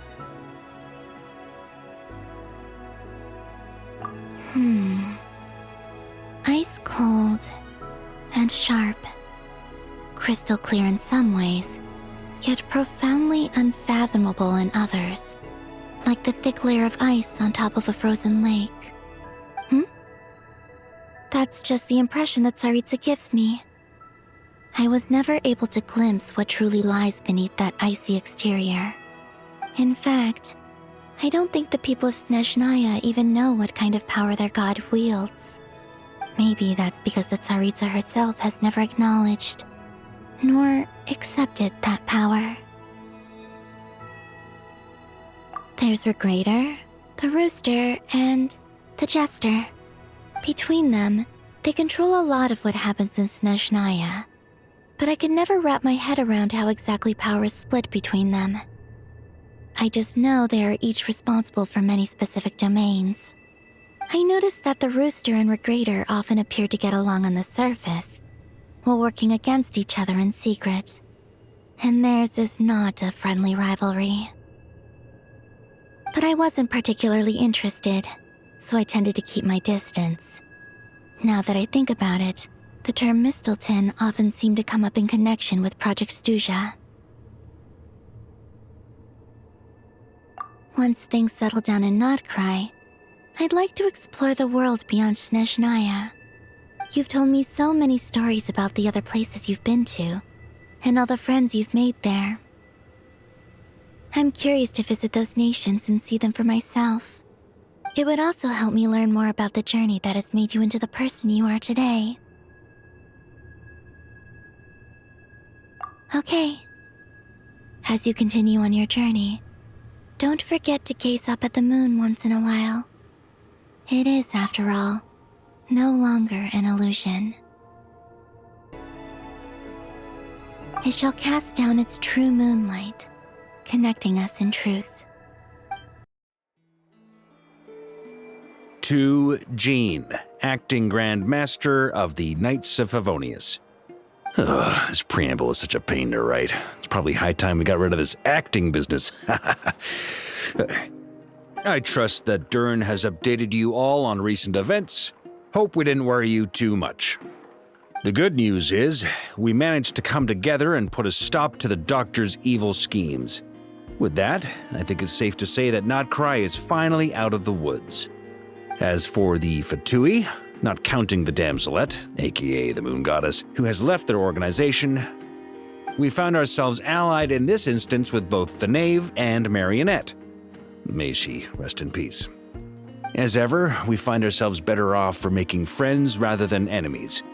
But until we can ascertain the Tsaritsa's true intentions, the future remains uncertain. In a short while... Wait. How am I meant to surprise everyone if I tell them in a letter that I'm heading home? Well, that would be a huge waste. Okay, got it. I will begin sending the expeditionary team back home in waves. I'm sure they'll be able to answer any questions you still have. I hope they won't gloss over the details of my many heroic deeds. But if they do, I'm sure it'll be because they're just too exhausted from the long journey. I think of Mondstadt daily. Please give everyone my best regards. P.S. The honorary knight went above and beyond this time. Are there any other honors we can give him? I'll leave it with you. P.P.S. Please be extra nice to Klee for the foreseeable future. I cashed in on the last favor that the Hexen Circle owed us, so we need to earn some more goodwill. If there's any serious problems, feel free to stick me in solitary confinement when I get back. I'll do the time for her. Whew. And that, as they say, is all she wrote. End of an era. And with the moon shining down brighter than ever, I think everyone is going to sleep well tonight.